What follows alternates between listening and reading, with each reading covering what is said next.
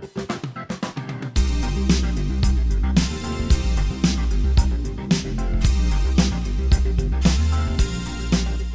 million years ago, on the planet Earth, two brothers started watching Transformers media, and now they are going to make it your problem. Hi, I'm Hayden. And I'm Frankie. And welcome to BroBots in Disguise, where we are going through and discussing every episode of every major Transformers cartoon. Oh, yes. And, what's this? We have a sudden, massive influx of new characters for Season 2, and coming with them is our first guest star on the podcast. Who could it possibly be? Hey guys, I'm Jacob, just your local Transformers fan off the streets. Actually, I don't know these guys. Yeah, he just kind of wandered in. He just wandered into the recording booth and just wandered into. I was drinking from.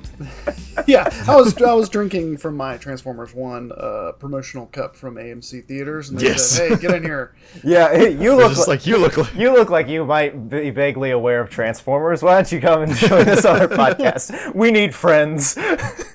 Better than the majority of people of movie-going audiences. Man, yeah, for sure. Yeah, that's a fun sequel, are we? Yeah, maybe not. But at least in general, Transformer fans generally like Transformers, unlike some other fandoms.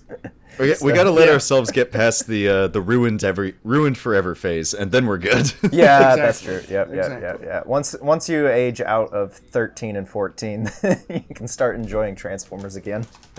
Yes. If you weren't carried away by Gundam. True. That's true. You can It's the gateway. It's the gateway drug to Gundam. That's literally how right next to me on this wall, I've got probably 30 Gundam figures. Nice. I have one. Yeah. I have one. He's just packed up. And then 40, 50, 100 Transformers. But that's literally how I found out about Gundam was through Transformers. But anyway. Yeah, I mean, that's everybody's gateway drug. Yeah, exactly. But anyway, welcome to the podcast. You've already been telling us a little bit about yourself, but now tell us a little bit more about yourselves, your connection to Transformers. How did you get into the franchise? What was your first Transformer toy, if any? And what would you transform into if you were a Cybertronian? Okay, so the first memory I have of Transformers, and I'm gonna have to just look it up to make sure I'm in the right spot. Dig into the archives of the mind. So let's see here. Transformers Energon is the first series I remember. Yeah. Straight up watching, because I just don't know exactly when it started. That'd be like 2004-ish. 2003. I think. Yeah, so I was about 10. I was about 10 years old. And now I had older cousins who played with Transformers and stuff, and so I'd go to grandma's and they'd have all the busted up G1 stuff. Nice. Yeah. From when they were kids, because they're all about 10 years older than me, and I'm a man who just turned 30, so of course I didn't get to experience that firsthand. But the first Transformers toy I had was a Transformers Energon Battle Ravage. Hey, yes, which is That's Hayden. Hayden, isn't that your first one too?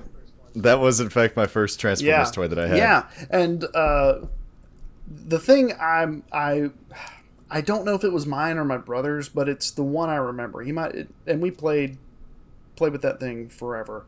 I remember finding it with missing limbs, and of course it didn't have the spring-loaded gun anymore, and the definitely not G1 Megatron cannon. Oh yeah. Was unattached. But I was like, oh man, this was so cool. I love the way it transformed and everything. So I remember that. And I think I didn't have a lot of them growing up because I was a Lego kid first and foremost. And if I asked for Transformers, that was probably because I hadn't gotten the Lego magazine yet for that part of the year. They were filler material until the next Lego wave. Yes, exactly.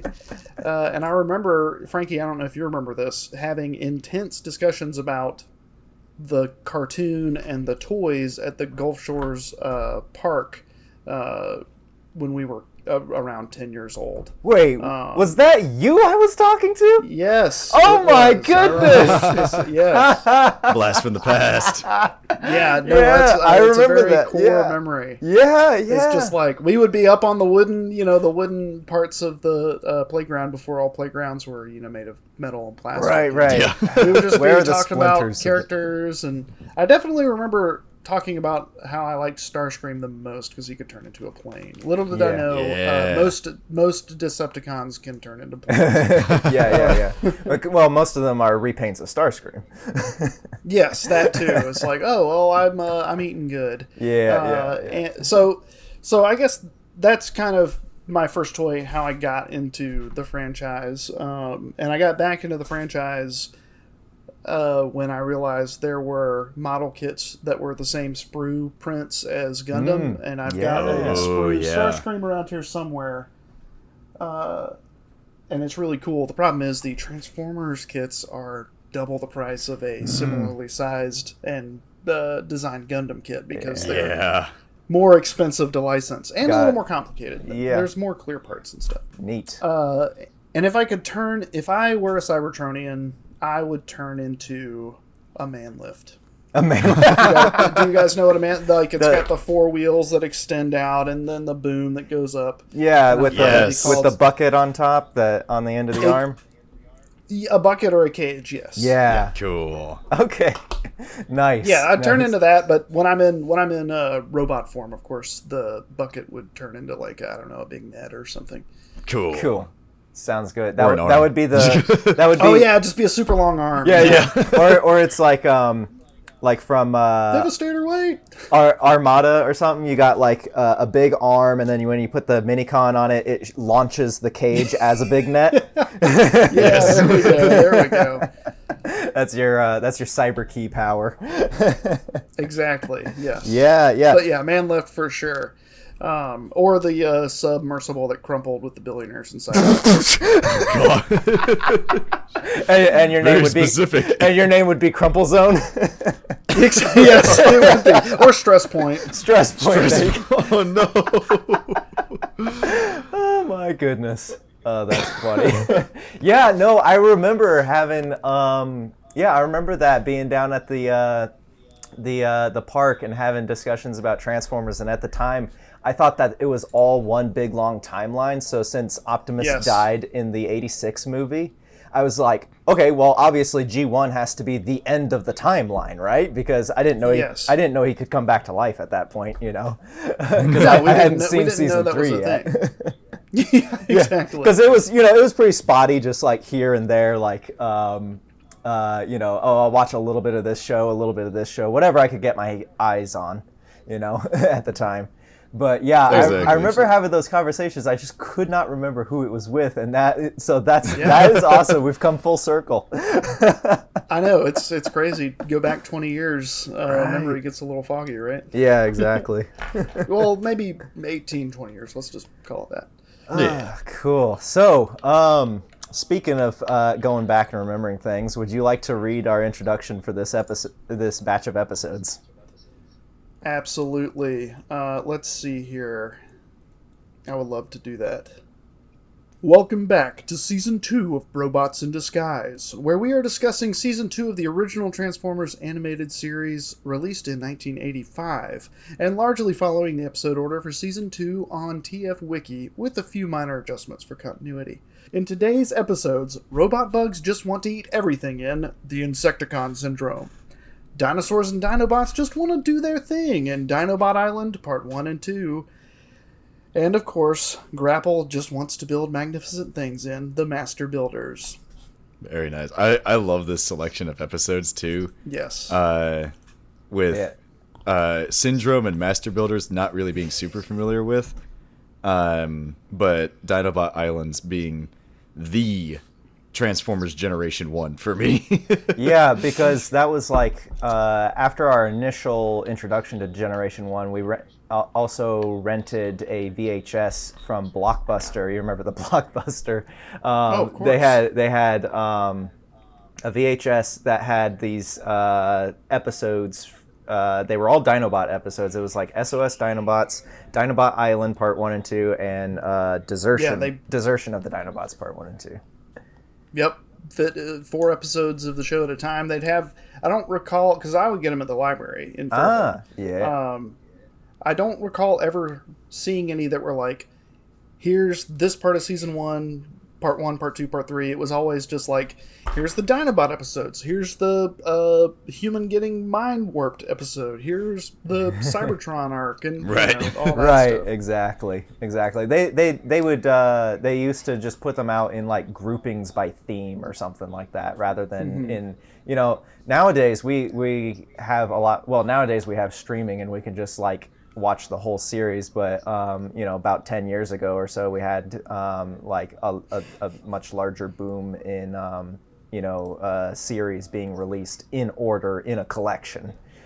Whereas especially for these 80s cartoons. Right, because prior to that it seemed like if you didn't know the order, you just had to go with whatever they were giving you.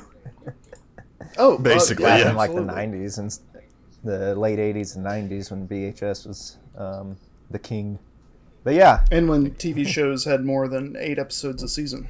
Right, that too. even the ones that were basically ads for toys had 22 episodes. Right, They had, over 2 digits in their episode count. Yeah. I think that being an episodic show instead of a serialized show kind of helps bolster the numbers on how many episodes they do. Yes, absolutely. And the rewatchability too, because then you go back and rewatch an episodic show, and you're like, even if you don't like an episode, it's like, well, the next one will be better. Yeah, you just like, well, and it also is like, well, that was 22 minutes. Right. Or 48 or however long. Yeah, compared to now, you got like 6 episodes and they're like an hour and a half long, and it's like, well, you could split those up into 22-minute episodes and make like a full. But then you got to pay writers and actors more. True. That's difficult. And all the people who aren't writers and actors. Right. Exactly. Oh wait, shoot! We forgot the actual title of the episode. Yeah. My little it sounds like some whoops. people may be hungry for more than war. Yeah. More than war. More than war. More than meets the war. All right, let's move on to our recaps. If you're all ready to get started with the episodes. Yes, and as a disclaimer, at the time of this recording, these Transformers episodes are available on the Hasbro Pulse YouTube channel, as well as on DVD and several other streaming services, such as Tubi, as we kind of discussed as well. So, yeah, give them a watch along, and if not, then just be clueless as we continue to talk. You'll pick it up, I'm sure. Yeah. Autobots, Decepticons, come on. You get the gist. They show up, they shoot at each other. Megatron loves Optimus Prime, and it's, Yeah. And Megatron wants a thing. Optimus wants him to not have it. Yes. Or vice versa. Or vice versa. Precisely. Sometimes. Okay, so who wants to read off the first one? I will go ahead and read off this first one. Alrighty. This was like the first batch of, for a while, this is like the first batch of episodes where I was like, yes, on all episodes include, like last episode we were talking about, like some of them were pretty good, some of them were kind of messy and back and forth, but this one I was like, all 4 episodes are like, these are great. I like all these. Yes. We got a good batch this time. I'm so glad you guys like all of the episodes. Some strong feelings about certain ones. Well, let's just say I don't care for English Autobots. Fair enough. Fair enough. Yeah. All right. So the first one on our docket is the Insecticon syndrome, where Megatron helps the Insecticons devour the Nova power plant core in return for them helping him capture the defense computer at Iron Mountain. The energy makes the Insecticons overpowered, and they double-cross Megatron, Cerebro shelling the Decepticons. Just like that. The Autobots develop an antidote and work with Megatron to beat the Insecticons before they blow up from indigestion. my favorite villain. I mean, Most common as you get older, I've heard. yeah. Exactly. As a Oh, lactose intolerant person, I can I feel for the Insecticons in this episode. Yes. they just enjoy good food. Yeah. They just wanted to eat that ice And- cream. You know, it was one of those. It's like a Exactly. big old ice cream mochi thing or something they ate, and then it made them blow up. Yes. And I can relate to that. You give an Insecticon an Nova Power plant core, and then they're going to be asking for some Shuribo shells. But Right.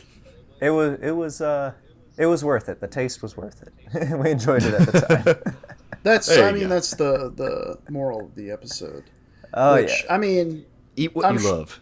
I'm sure y'all have talked about this, but the intro for season one of Transformers, one of the all-time greats. I think season absolutely. 2's intro is way better. Like it Yes. looks better. It sounds like they maybe remastered the song a little bit. And Yeah, it's just fun to watch. And I always laugh seeing Megatron and Optimus punching each other into a wormhole. Yeah. I always wondered, like, when is that going to happen? What episode's that in? Yeah. Because I was used to love like some of the the- later ones where they just use clips from the show in the theme song. Yeah, I love the fact that it kind of established the aesthetic that a lot of Transformers media has with the synthwave sort of like grid in the background and stuff. Like you see that Yeah. a lot in like promotional art and box art and stuff like that. So Oh, it's super absolutely. cool to see. Yeah. And that I don't and know. the music is just a bop. Yeah, I don't know if you listened to our first episode of season 2, but we did kind of go over and analyze season 1 and season 2 intro, and I believe that season 2 intro actually helps tell part of the missing story between season 1 and season 2. So yeah, it's really iconic, and you're gonna see it for like 48 episodes, so it's gonna be memorable. Yeah. Exactly. Yeah, But good very, stuff. very groovy. I like well, this is kind of where we start seeing more of the, like, season 2 specific characters get dropped, and they just kind of get plopped into the action, which I kind of like. It's just like, no, they Teletran 1 put them together off screen, don't worry about it. Yeah. It's like, they're here now, it doesn't matter. I kind of mentioned this in one of the previous episodes also, is I kind of think of like the first like third of season 2 is actually season 1.5 because it still focuses on the 84 characters. And then now we're actually starting, and definitely with the Dinobot Island, we are actually starting season 2 proper with all the 85 characters being dropped in and stuff, you know. I mean, I guess technically like Devastator and some of the Dinobots are 85 characters, get counted that way sometimes, but I mean, to me, everybody who just shows up here. But in this episode, we get Beachcomber and Inferno and a brief cameo from Buzzsaw. Yeah. Which Buzzsaw, yeah, despite coming with the original Soundwave toy, he doesn't show up that often. yeah. Probably an animation thing. Like, Yeah. well, he's new, or he just didn't sell that well. I don't know. Yeah. Considering how often they have miscolorations of the Seekers and Starscream and Thundercracker and Skywarp, but having 2 more that are the same model but different colors, probably we probably have seen Buzzsaw more than we thought. It was just meant to be. It was meant to be Buzzsaw, but it was colorized like Laserbeak. So That's funny. Yes, I never exactly. thought of that before, but yeah. I mean, that kind of goes back to the whole Rumble and Frenzy red and blue sort of Yeah. thing, you know? Yep. the eternal Yeah. argument. At least favorite characters for sure. I think, speaking of modifications and colors, it's not really much of a segue, but Bumblebee mentions being converted to 4-wheel drive, and I'm pretty sure you can actually do that with VW Bugs, because my dad, his dad and brother and him, they used to have a like a dune buggy modded VW Bug. They called it Little Ugly. I wonder why. Yeah. I bet it looked really cool though. Oh yeah, yeah. Cool is not as easy to say. If I remember from picture, actually, I think I got to see it one time. But it was like a dark green, and it had like the Ooh. 4-wheel drive, and it had the big dune buggy wheels like outside the fenders, you know, and the roll cage on it. Man. It was pretty neat. That is so cool. Yeah. Very cool. Green, dark green, not what I was imagining. Yeah. Just goes to show how prevalent white and yellow have just.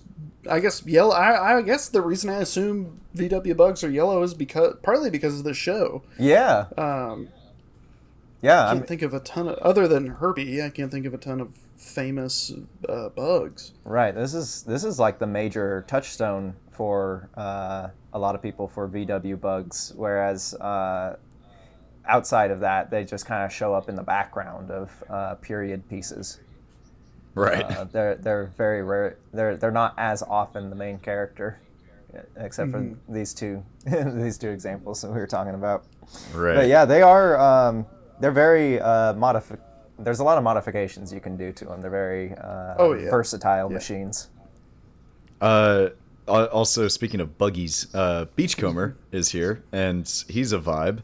Yeah. He's such, Yeah. I love his very laid back, sort of hippie Whoa, vibe. dude. Yeah. He's kind of like he's a geologist, but he's also kind of a hippie.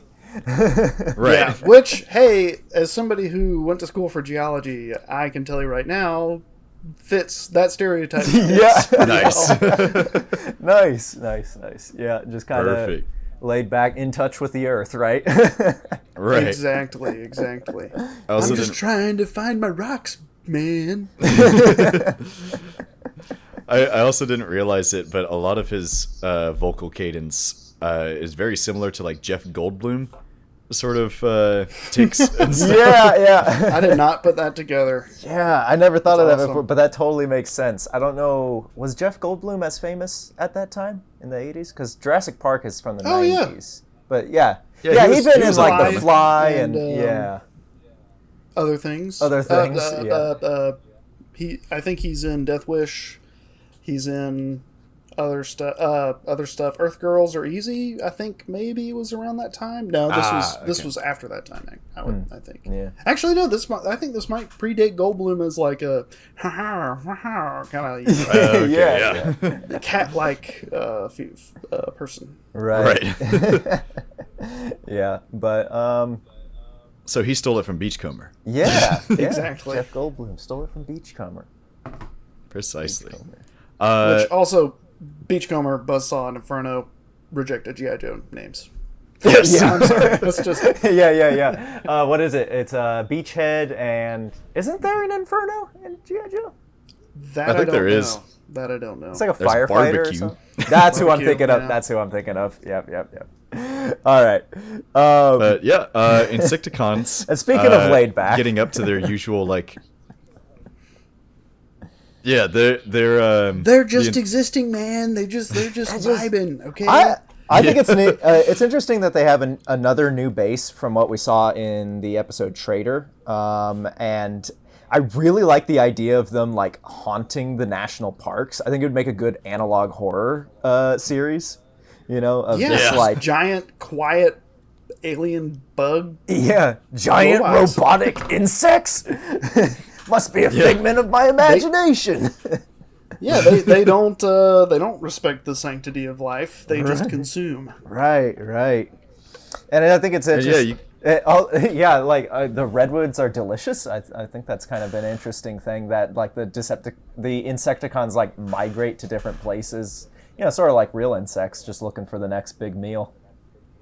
Yeah, and it's cool that they're like very, they are very particular about taste, which in comparison to most of the other Cybertronians who are just sort of like, oh yeah, Energon, sweet. Yeah, and they just drink it. It's more of a food is fuel for other Cybertronians, but the Insecticons are connoisseurs. I guess they just convert the vegetation and whatnot they eat into Energon internally. Yeah, which makes them pretty pretty cool. unique. Yeah. Hayden and I were discussing that in one of the previous Insecticon episodes. Was like, does that make them more advanced than the other Transformers? Since the other like Autobots and Decepticons have to like convert matter to energy, or create energy externally and then consume it via either energon cubes or the power bays or whatever. Whereas the Insecticons can just ingest it and create it into energy themselves. Right. Well, we see the downside of that is if you overload that, whatever it is that transforms the fuel into energon, they get real big and bloated. Right. Yeah. They get indigestion. What does Jazz call it? Like electrochemical indigestion? Right. It's cool Jazz. that they, like, energon that the Cybertronians use is more stable, but it doesn't really have anything to it. The versatility that the Insecticons have is that they can just draw energy from anywhere, but it also means that their abilities are tied to what they eat. Like, they literally are what they eat. Yeah. I think it's funny. I love their... Go ahead. Oh, go ahead. No, go ahead. I just love that they're, like we've mentioned before, country bumpkin backwoods menaces, and Yes. they're like and this weird little stoners. sub. Yeah, I like how you just call them stoners. Of course. They're just That's why they're always camping hungry. out. They got the munchies. Yes.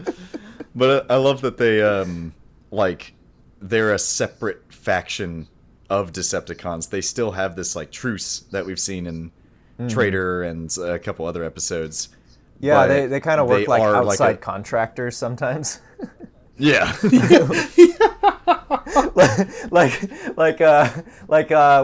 Bombshell's reprogramming Nightbird for Megatron in the last batch of episodes we did, he's talking like he's just like, oh yeah, this I love doing this sort of work for you, like as if this isn't like his normal job. This is just something that he does on the side as a as a contractor. Megatron calls them up when Yeah. they need bugs. Right. Exactly. Yeah, and that I kinda, need someone mind controlled. I don't know who could do that. Maybe someone with cerebro shells. yes. I hope Marvel doesn't sue us. They don't own our comics yet. They do, don't they? I think. Yeah. No, they do. Yeah, no, they started out with they Marvel with the the 80s comics were done by Marvel. But the interesting thing with that was that it was like anything that's directly Transformers. I think the deal was something along the line. Anything that's directly Transformers is owned by, that shows up in the comics, is owned by Hasbro. But anything that they make up specifically for the comics is owned by Marvel. So that's why they got like into these like weird like the reprints for a long time. They couldn't include ones that had like Circuit Breaker in it and stuff like that. And she doesn't show up that much in other Transformers media because they wanted to keep her for, and they actually put her in some other Marvel comics, I think. Whoa. Yeah. Kind of like the Energon universe that they've got going on right now. Yeah. In a weird way. Yeah, kind of like the reverse of that. Where like Energon's like taking these different things and putting them together, whereas Marvel was like creating this thing and then pulling it apart for their own devices. Crazy. Yeah. You know what else is crazy? Is when the show cuts from, it goes Insecticon scene, symbol flip, the park ranger says, giant robotic insects, you gotta be kidding me, and then the symbol flip again. It's like the quickest transition between scenes. Like normal, like just cutting between scenes for something quick like that would be the normal, or if you're like really hard stop, do the transition symbol flip, go to some other scene. But it's like just within seconds of each other, we get two transition flips. Yes. Yeah. It's so funny. Just close up on a human face. Yeah. And then right back. It's what, 3 seconds of animation? Yeah. I think it's a new record. Yeah. It's probably like 12 frames or something. But yeah. I like that you brought up, Frankie, the fake out death that happens in this episode, because it's actually pretty well executed, all things considered. This is one of the better fake out deaths I've seen in a cartoon, because a lot of times they'll like build up to it and then they'll like, you know, kind of slow it down to sort of show like, they could have this chance to get away, and then they do the thing, and then everybody's like, oh, they're dead, ha ha ha, you know, or oh no, they're dead, you know, and then they go back to the other thing, or it's just completely out of the blue. They blow up. You think they're dead, and then it comes back from commercial, and then oh no, they're not actually dead, you know, and then they might do a little. But this one, this was much better because it's so understated. If you pay attention, the lower cliff they hide on is visible in the wide shot, but we don't focus on it. And then we also know that Hound can make holograms. And he's made holograms of them dying before. So with all the context clues, we could figure it out before it happens, but the tree sweeps them off so quick and clean that we don't have time to put it together. So it works both ways. We can figure it out, but it's quick enough to get us to think, oh no, did they die? You know, for the commercial break. There's an art to making sure that you set it up to where it makes sense, but you don't make it painfully obvious right off the get-go. And this one, I think, like pulls it off pretty well, especially since it's operating off of previous knowledge of like, well, how almost the entirety of season 1 was carried by Hound's hologram projection, and because he's in this episode, overpowered for sure. Yeah. Like, we know that he's capable of it, so that seed is just already naturally planted there. Right. Speaking of seeds, sorry, terrible transition. Bumblebee hides in the famous tree tunnel. Bumblebee hides in, which is wonderful. Yeah, a nice little real world reference there. You know, just this is an interesting one in that it is also set in a real world location, not just the city or the desert. It's Redwood National Park. Yeah. Previously, we had New York and Washington. Yeah, Washington. Yep. What kind of product placement did Shrapnel do, Jacob? I forget. I don't remember. I should have written down what it was, but it wasn't like I eat at Subway for my Energon or anything like that. It was some sort of branded... Some sort of pop culture reference. Like put a Band-Aid on it or something along those lines. It struck me enough to point it out, and then you get the Starscream just being catty about how it's finally this is how easy it was to defeat the Autobots, all that stuff.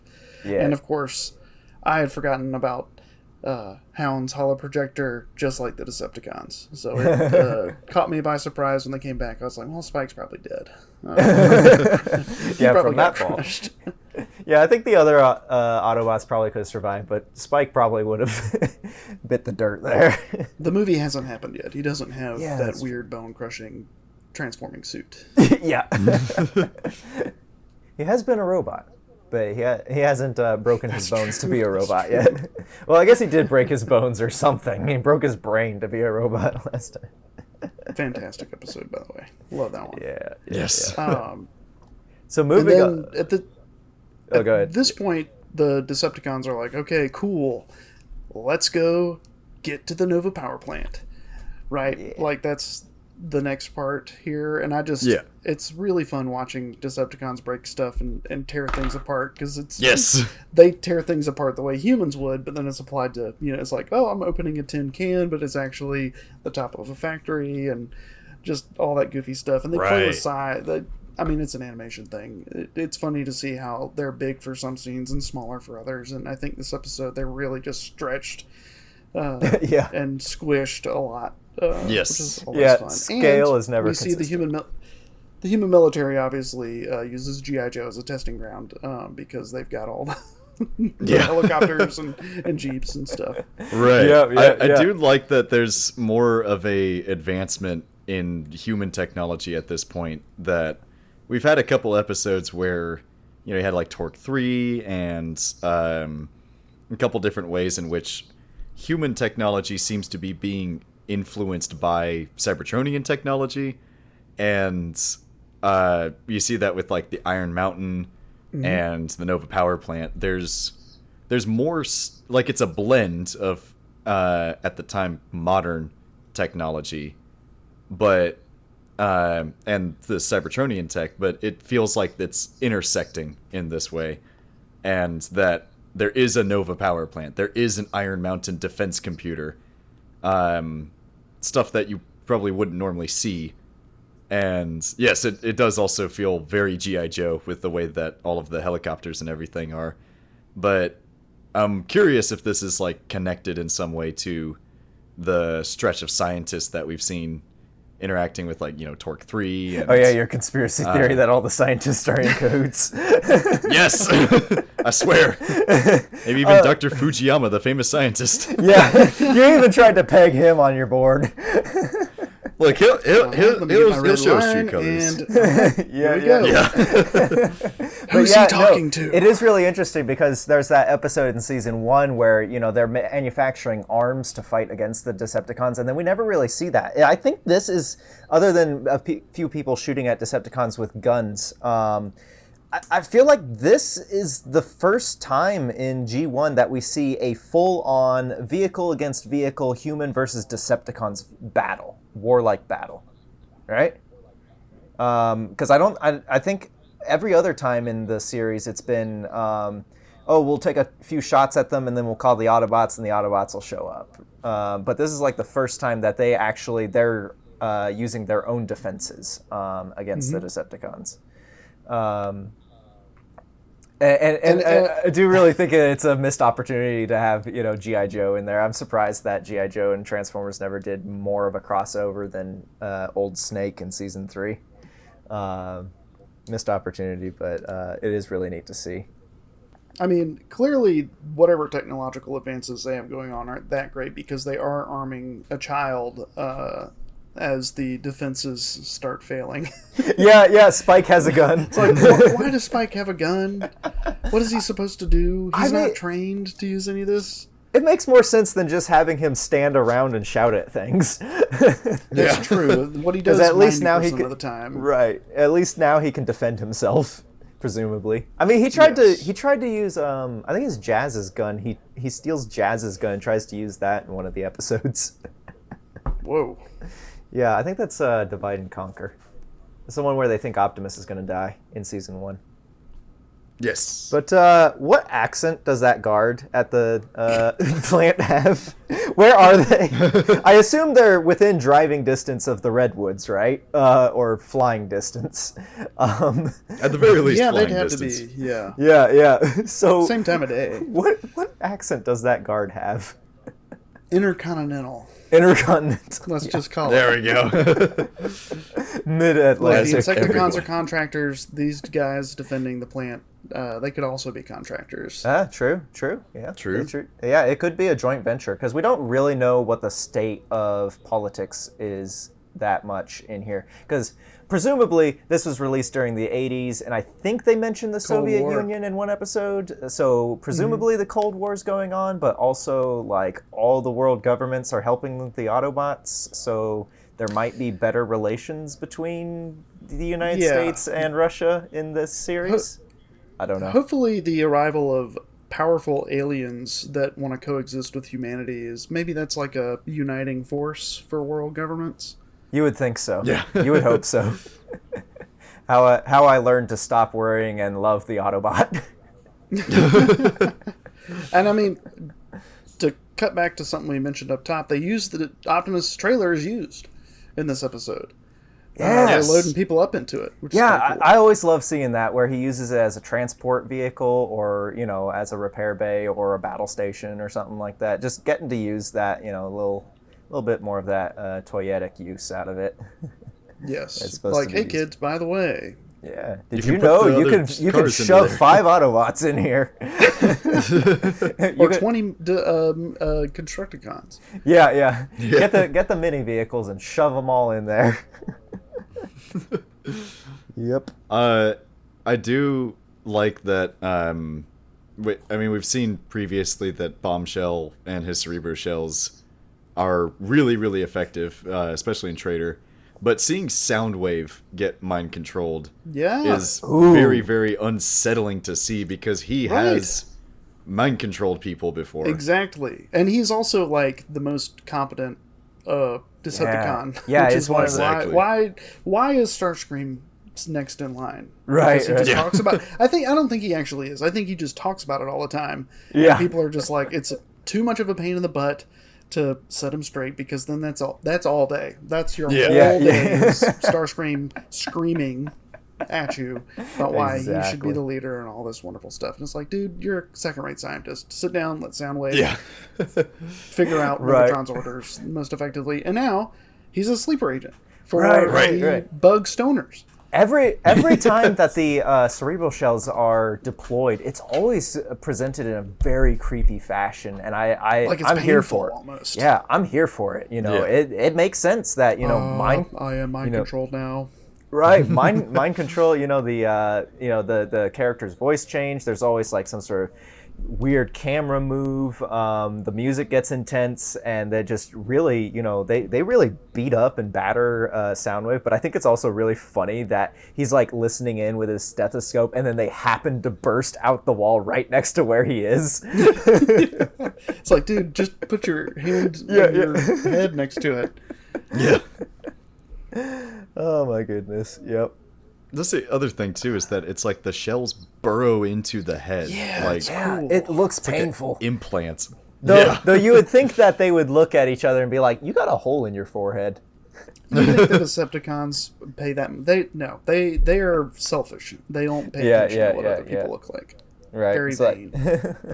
well, they get shot They're like, so "Oh, much. Soundwave, I They're didn't probably realize just you had used a to having forehead." holes all over them. Yeah. So yeah, the Insecticons, by the way, get really big because they eat the. It's heavy on the neutrons, but the protons are making the Insecticons grow. How does that work? Yes. I think part of me wants to think, because of the shape of this generator, it's somehow linked to the exponential generator that Archiville builds. There's your conspiracy board again. No, I'm kidding. That's actually a pretty good idea. Yeah. Because it is similar to the exponential generator in a way, but it's also like kind of the atomic powered egg monster thing from The Secret of Omega Supreme. I wonder if they that's just true. captured Yeah. one of those. Yeah, the United States government found one of like the remnants of that egg monster, and like, those energy readings are off the chart. There's no way the Decepticons will care. I mean, that's They'll what they never find did. it. That's what they did with the Allspark in the live action movie, wasn't it? They had did, it yes. and Megatron in the same spot. Yes, It's like, I'm sure it'll be fine. they won't reactivate him. Yeah. But I see that as kind of like how the Allspark like transformed itself to be like really small. Maybe that's kind of what's happening here. I mean, the animation is clearly they just inflate to large size, but like, if this was a live action, they'd probably be going through some sort of mechanical metamorphosis to be larger. Oh yeah, it'd be really creepy and unnecessary, and somehow there's shots of Megan Fox spliced into it. Oh yeah, of course. But the Neuron activation. later they say that it's some sort of reaction. The protons reacting, or it's incompatible. The energy is incompatible with the trilithium stomachs of the Insecticons. Wonder where they got that from. Yeah. They could probably power the Enterprise, right? True. We could use that to power the Enterprise. Just have an Just chuck 'em Insecticon into in there.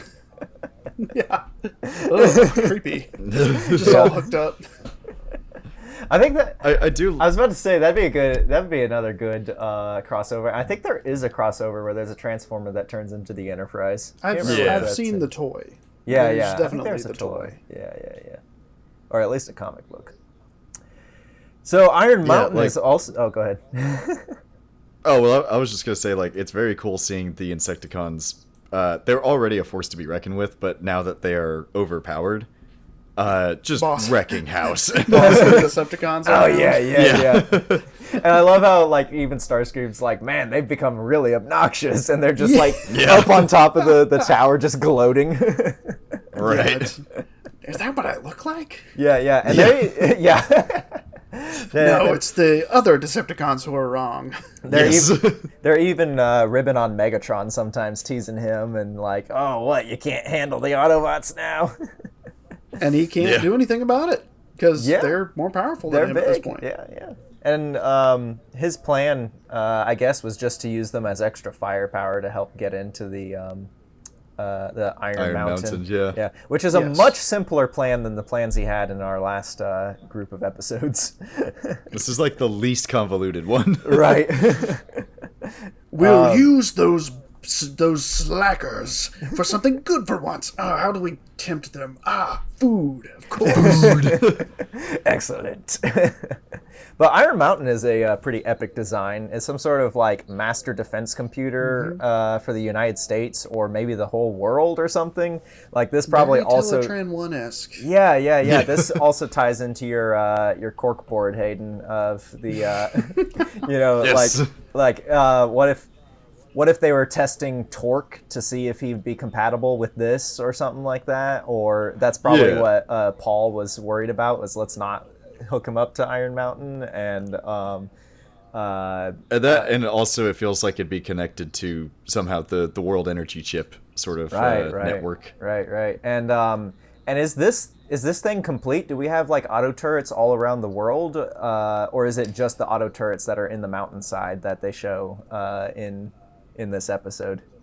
But I like how many like heavy rocket shields they have over the top. Yeah, of the it's really computer. cool. I love that. I mean, they plan for everything except bloated Insecticons. Bloated. Exactly. Yeah. and when they're activating everything here, it's like flipping switches and shoving trays in and everything. I mean, if you're a Gizmo head, and I know the listeners of the show are all Gizmo heads, you're eating good on this episode. Oh yeah, absolutely. It kind of goes with the territory of enjoying robots. This is it's kind of like the Death Star scene where they're flipping all the switches to fire up the laser, you know? Yeah. I do love like the whole last half of this episode with the ticking time bomb is set for the Insecticons, and everything from finding out that they are going to explode in a certain amount of time, everything that onwards, it feels really tense, and the stakes are very high. They do a really good job of ramping up the... and I love the twist that while Megatron was inside gloating, they bugged all the other Decepticons. Yeah. So he has to fight Starscream and the Seekers and Soundwave too and stuff like that.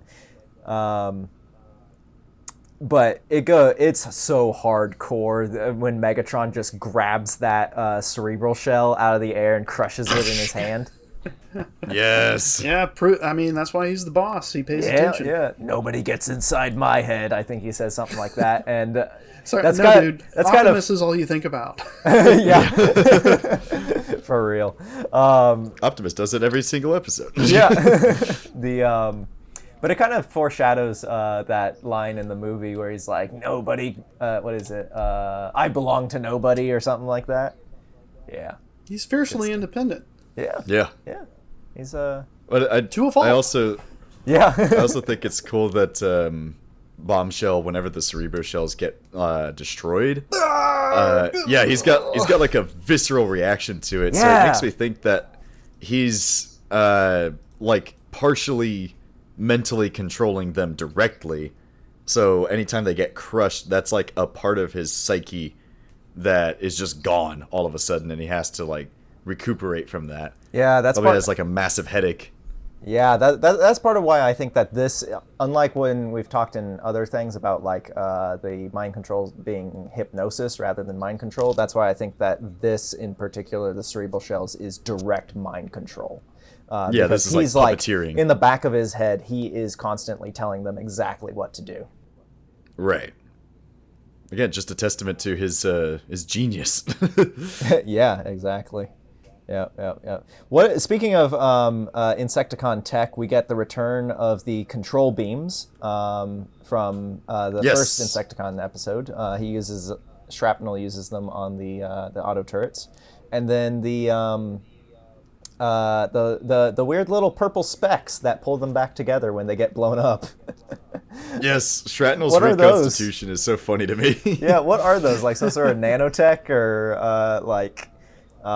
Just smaller bugs. They're little tiny Insecticons. Yeah, they're the size of the actual toy, but instead of drawing them, they just made them glowing purple specks. Yeah, but like it's they're like the cleaners. It's also pretty cool to see Dungeon Meshy. Yeah. But I also love Shrapnel. Well, Spike immediately deciding like, well, we have to save them. Yeah, no, they just smoke weed. They don't have to die. Just a couple of bums, man. It's just some guy, you know. Yeah. I think he's probably more worried about destroying this part of the planet. Personally. Yeah, I think it's the collateral damage mostly. I don't think he's like too personally invested in them, but it is cool to see the human is the first one to jump to the sympathetic approach. Yeah. It was like, well, we have to save them. Even if it is more for practical reasons. Yeah.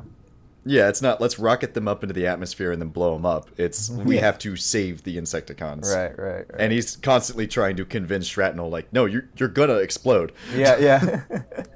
and then he's like warning Megatron, don't shoot them. They're gonna blow up if you hit them and stuff like that. Yeah, and Megatron's just acting like he hasn't tried to kill his kid every day since he landed on Earth. Right. On Earth too. I do like any episode that gives there an opportunity for Megatron and Optimus to team up and to try to stop some other bigger threat. Mm-hmm. You know, it's just always a fun little plot point to see them have to work together to overcome some other problem, and inevitably stab each other in the back. Oh, of course, exactly. Of course, yeah. and I also think it's funny that it's usually like, it's like something that Starscream or one of the other Decepticons caused, and then Megatron's like, well, Optimus, you get away this day because I gotta go punish Starscream. Yeah, exactly. He's trying to get into the spice cabinet again. I gotta go stop him. Gotta go swat his hand away from the leadership role. He's putting his fingers in an outlet. Yeah.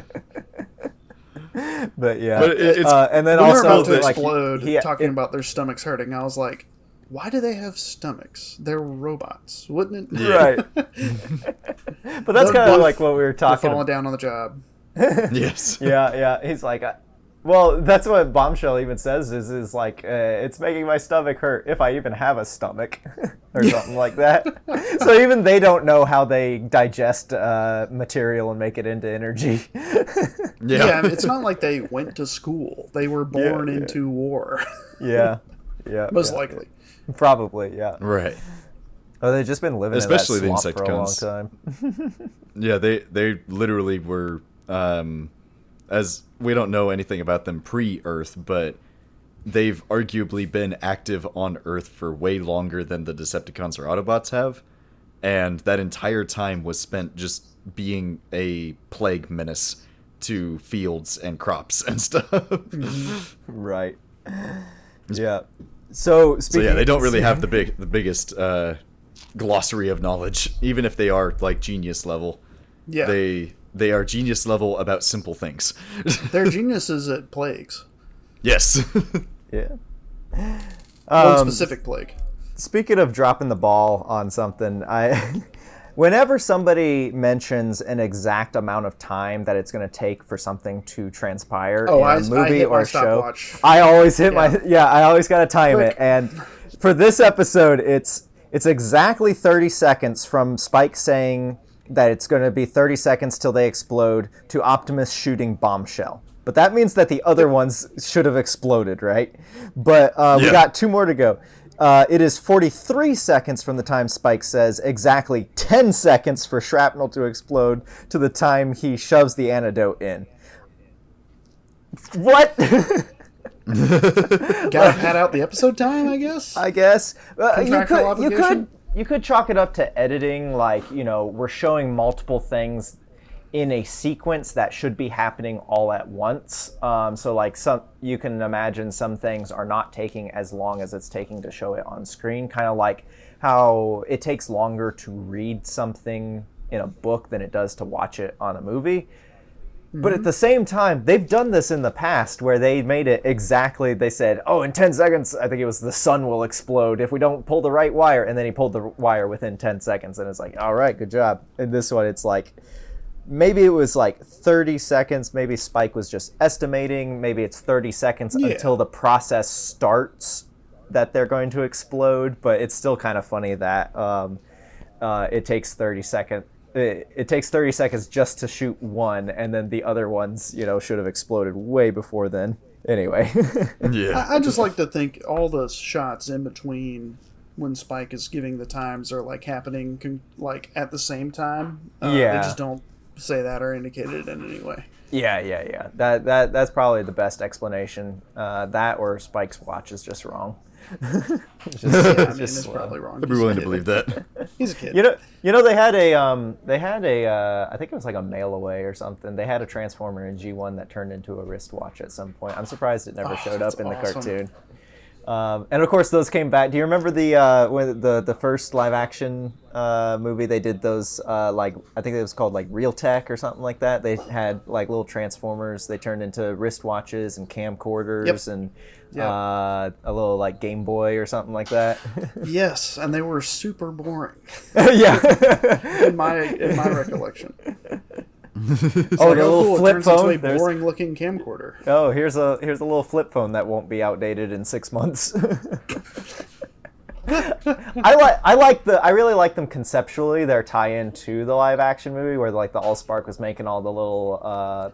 Just random tech. Yeah. But like the Xbox and the Yeah, but Anyway, but that's we don't get to that movie for like several years in our podcast. Yeah, you guys got a couple more years. And I do not want to be back on the show for that. I detest those movies, but I'm not going to get into that now. Yeah, we'll save it for another time. Anyway, I guess one blowing up wasn't enough to destroy the whole mountain, but it was enough to like damage everybody.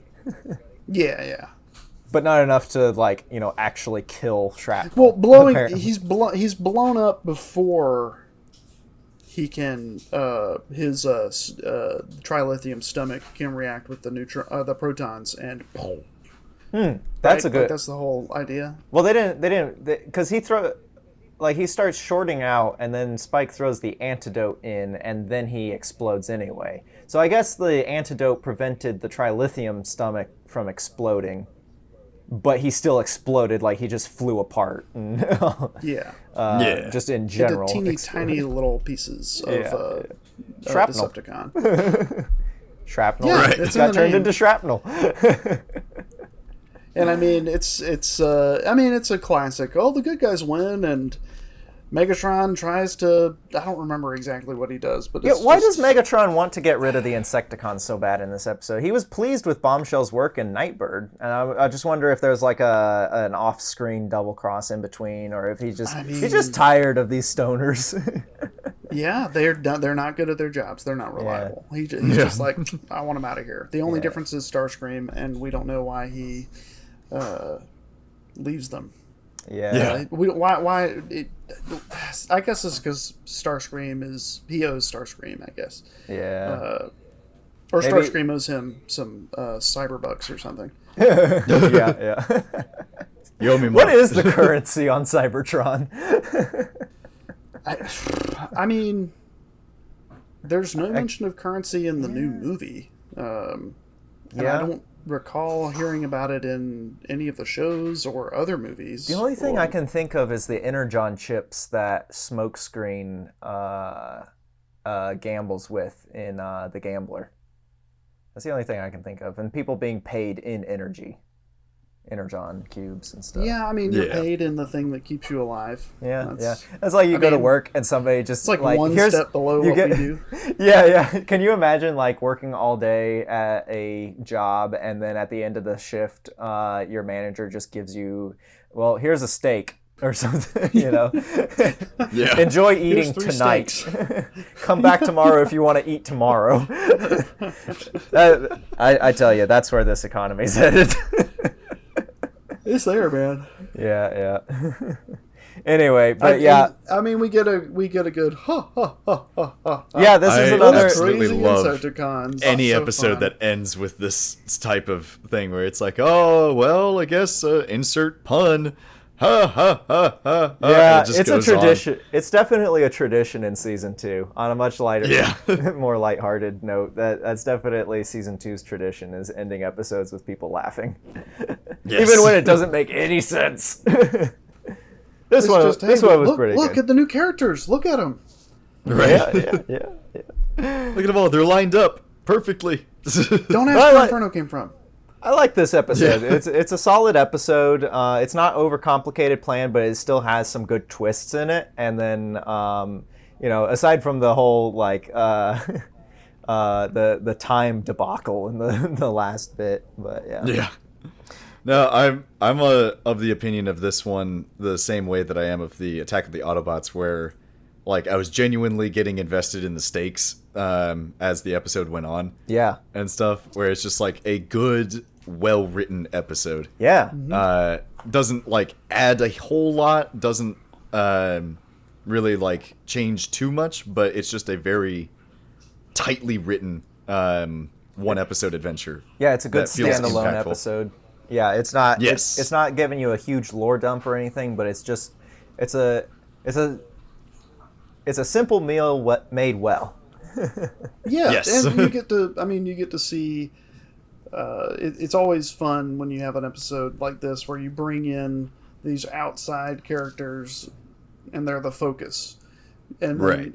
it allows us to have Megatron working with the Autobots, Yeah, which is always fun. it's a nice little adventure, a little character centric episode, or team centric in this case. Yeah, Yeah. it's a solid. And then they decide to follow it up with one of the best part ones of all time. Yes. Yeah. We'll get to that right after our short break. We are back from break. Jacob, would you like to read our synopsis? Dinobot Island Part 1. Power Glide and Bumblebee discover a time-lost land filled with dinosaurs, and after a disastrous demonstration by the Dinobots in the Ark, unfair, it was all an accident, but we'll get into that, Optimus decides it will be a good place for them to hone their skills, but Megatron finds the island and traps the Dinobots in a tar pit. While he steals the island's energies, it causes time warps to open up elsewhere. And for some reason in my notes, I said glute in all caps. I don't remember. Are you possibly referring to Donald Glut, the writer of this episode? Yes, yes, that's exactly right. He's great. We love Donald Glut here. Oh yeah. We don't get into talking about the writers on the episodes very often, but yeah, they do a good job. There's a big swath of different people that write on these episodes, and they write on other things like G.I. Joe and all kinds of different, a lot of nostalgic Marvel Comics shows. writers. Yeah, so good stuff. They got TF Wiki pages also, so Heck yeah. I mean, who you does find out all kind. Who Yeah, doesn't? exactly. I'm surprised you guys don't have one. Not yet. Maybe we'll get there someday. one day. Yeah. But these two episodes, I think, are like a tour de force of Tour Defoe. Is that Characters- Willem Dafoe's brother? Tour Defoe. tour Sorry, de go force. ahead. Go ahead. But I think it's like it's a round robin of characters, concepts, and themes that are just this is the widest spectrum of what Transformers has to offer in general. Oh my yeah, goodness, it's yes. huge. Yeah. It's an ensemble. Yeah. Yeah. Which is why they had to break it into 2 parts, I think. Yeah. I really Right. like that it's broken into 2 parts because, some of their 2-parters they just jam so much stuff into, but this one feels like it actually has room to breathe. Like we Yeah, get it does. a lot of nice scenes that would have been like really stunted had it been a single episode. But like Oh, yeah. with the extras, so it feels like this was probably enough for an episode and a half.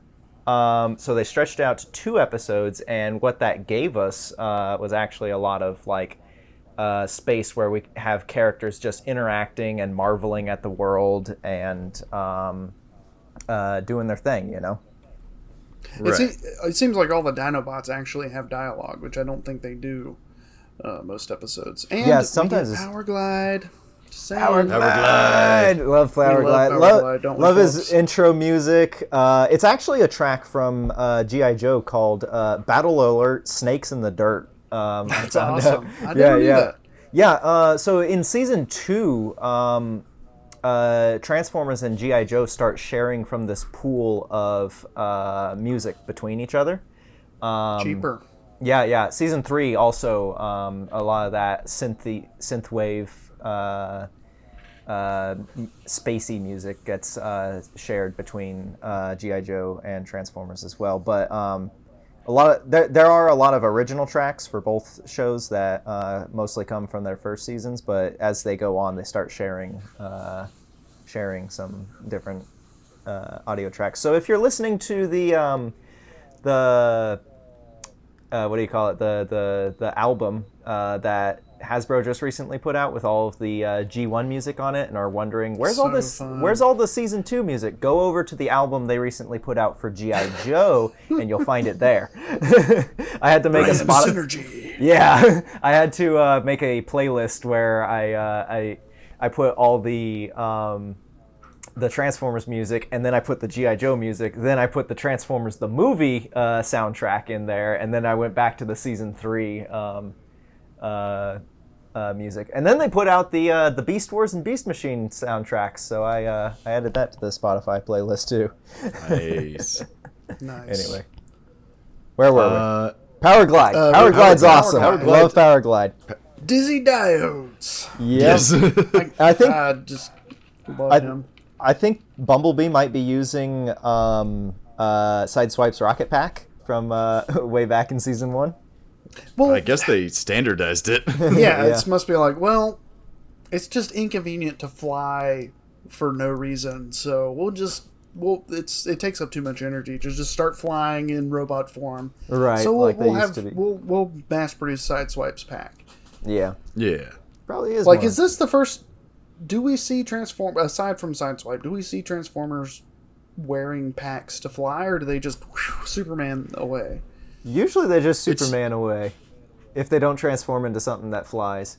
But Sideswipe, we don't even see him. Thanks animation. We don't see him wearing the rocket pack very often. It's just in that one episode. I think it's episode 3, the third part of More Than Meets the Eye, where Optimus demands Sideswipe's rocket pack. That's like the first time it shows up. But I never got to use it. Yeah. Right. And then they all just fly to the oil rig. Somehow. Anyway. Superman Cybertronian technology. Yeah. We can't comprehend it.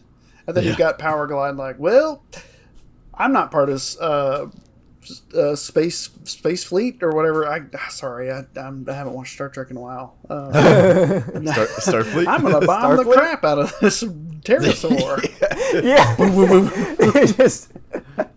Yeah. I absolutely love Prime the Directive manic here at all. the manic energy the Power Glide B as a duo is fantastic, where Power Glide is just completely dedicated to showing off the thrill of everything. Yes. And Bumblebee is more cautious and everything. Good straight man. And we don't see him interact too much, but this is a good one. I mean, Bumblebee is the little brother of the Transformers, and it's really... Absolutely. Like, Power Glide is like the brother who's 20 years older than the baby, and he's like was in college when the baby was born. It's like, it's fine, little bro, I got this. I'll just well, okay, so he's getting beat up. I'll beat the bigger guy up. Oh, that's weird. He's got big jail. Uncle energy. Oh yeah. He's got older brother energy or younger uncle energy. Yes. Yeah. The uncle that you're like the same age with, or the older brother. Yeah. Exactly. And I thought I like. Oh, go ahead. Well, I like that you pointed out that the sound effects in this episode seem a lot more dynamic than the last episode. Yeah, 100%. It seems like more budget goes to the two-parters. Yeah, right. yeah. You can really tell some of the episodes where they throw a lot more budget at it, and then some of the episodes look a little rougher, or the animation's not up to par with the sound effects or something. And then there's the ACOM episodes where it's just like, we'll just let this other company handle it. It's fine. We're already paid. Yeah. But speaking of the island, Dinobot Island, I guess we didn't really talk about it. Speaking of pterosaurs, let's talk about a little bit about Dinobot Island. It seems like there's an energy tornado in front of it and then also a dome over it, or is the energy tornado part of the dome? I think the energy tornado spins off from the dome. Okay. I think so. Do you think that's like a whole hurricane around the whole island, or do you think there's just one particular tornado that they specifically fly through to get to the island? I think they could go around it, but okay. There's like a bunch of them all over. Yeah, and they just happened to. They weren't paying attention, like many pilots do, and they just flew right into it. Yeah. I think it's like Dinotopia. It's like there's these storms all around it, and occasionally you can get through unless you're a giant alien robot. Yeah. It's a Skull Island Dinotopia, situation. Man. Now there's a reference. Every time somebody mentions Dinotopia, I'm like, oh, thank goodness I didn't hallucinate that. No, it's real. I've got the book in my office here somewhere. I read it all the time. So good. I enjoyed that. Yeah, back at the base, we have the finesse demonstration so that good. Wheeljack Which is, of course, puts on. a dance off. Yeah. We get Blaster shows up, and Grimlock's supposed to finely tune his laser breath to turn to switch on Blaster's play button. Yeah. Hey man, watch what you're doing. I don't want to die. I just play tunes. And then it's me, peak Grimlock, break it down. Yes, I would have loved to have seen more like dancing, and that's what caused the chaos. Is he's too heavy. He just like breaks the base by, doing a tap dance or something. Yeah. I mean, these things all weigh in the multiple tons. So yeah. The Ark is made from the same stuff, right? So presumably. But anywhere else, like, thank God they had it on the Ark. If you really think about it. Right. Yep. But it's peak shenanigans, and it goes on for a while, but it's entertaining the entire way. Yeah. Oh, this is so kind of like watch. a more lighthearted, fun version of like the previous couple times where the Dinobots, when they first showed up, they wrecked the base and stuff. But this time, Trailbreaker actually saves Teletran 1. Teletran 1 does not get smashed for once. It's so Exactly. That thing's often been beat up more than anyone else. Oh yeah. That's the number one casualty right there. But Teletran 1 is saved today. I love the bit where Ratchet starts to repair in the middle of the battle, and then Snarl just swats the. He just boots the whole thing out to the side and just slides off to the screen. Hey, I was working on that. I love that bit. Me dancing. It's like, shouldn't you just wait to see what all's going to be destroyed? I don't know what that thing is. Like, maybe it's really important that works all the time. So he's like, I got to fix it right now. He's the battlefield medic and mechanic, I suppose. He would know. He can make those triage decisions. Yeah. But I think it's cool that Optimus trusts Grimlock enough at this point to just tell him, hey, tell the other Dinobots to settle down instead of, because when they first showed up, he's like, that's it, I'm just going to shoot them. And then, but here he's like, Grimlock, all right, you got to tell your guys to settle down. Right. Yeah, and I think that shows progression on Prime and Grimlock's relationship as far as like the respect and the whole character arc that they've had, in season 1, is that Grimlock is learning to command like a civil leader, closer to something like Optimus, and instead of just being like Megatron. Yeah, right. Because he's like the interesting middle ground between Optimus's civility And Optimus does have brute strength, but he uses it like smartly. Megatron is might makes right, but without any morals attached to it. Grimlock's kind of in the middle, where he has the most might.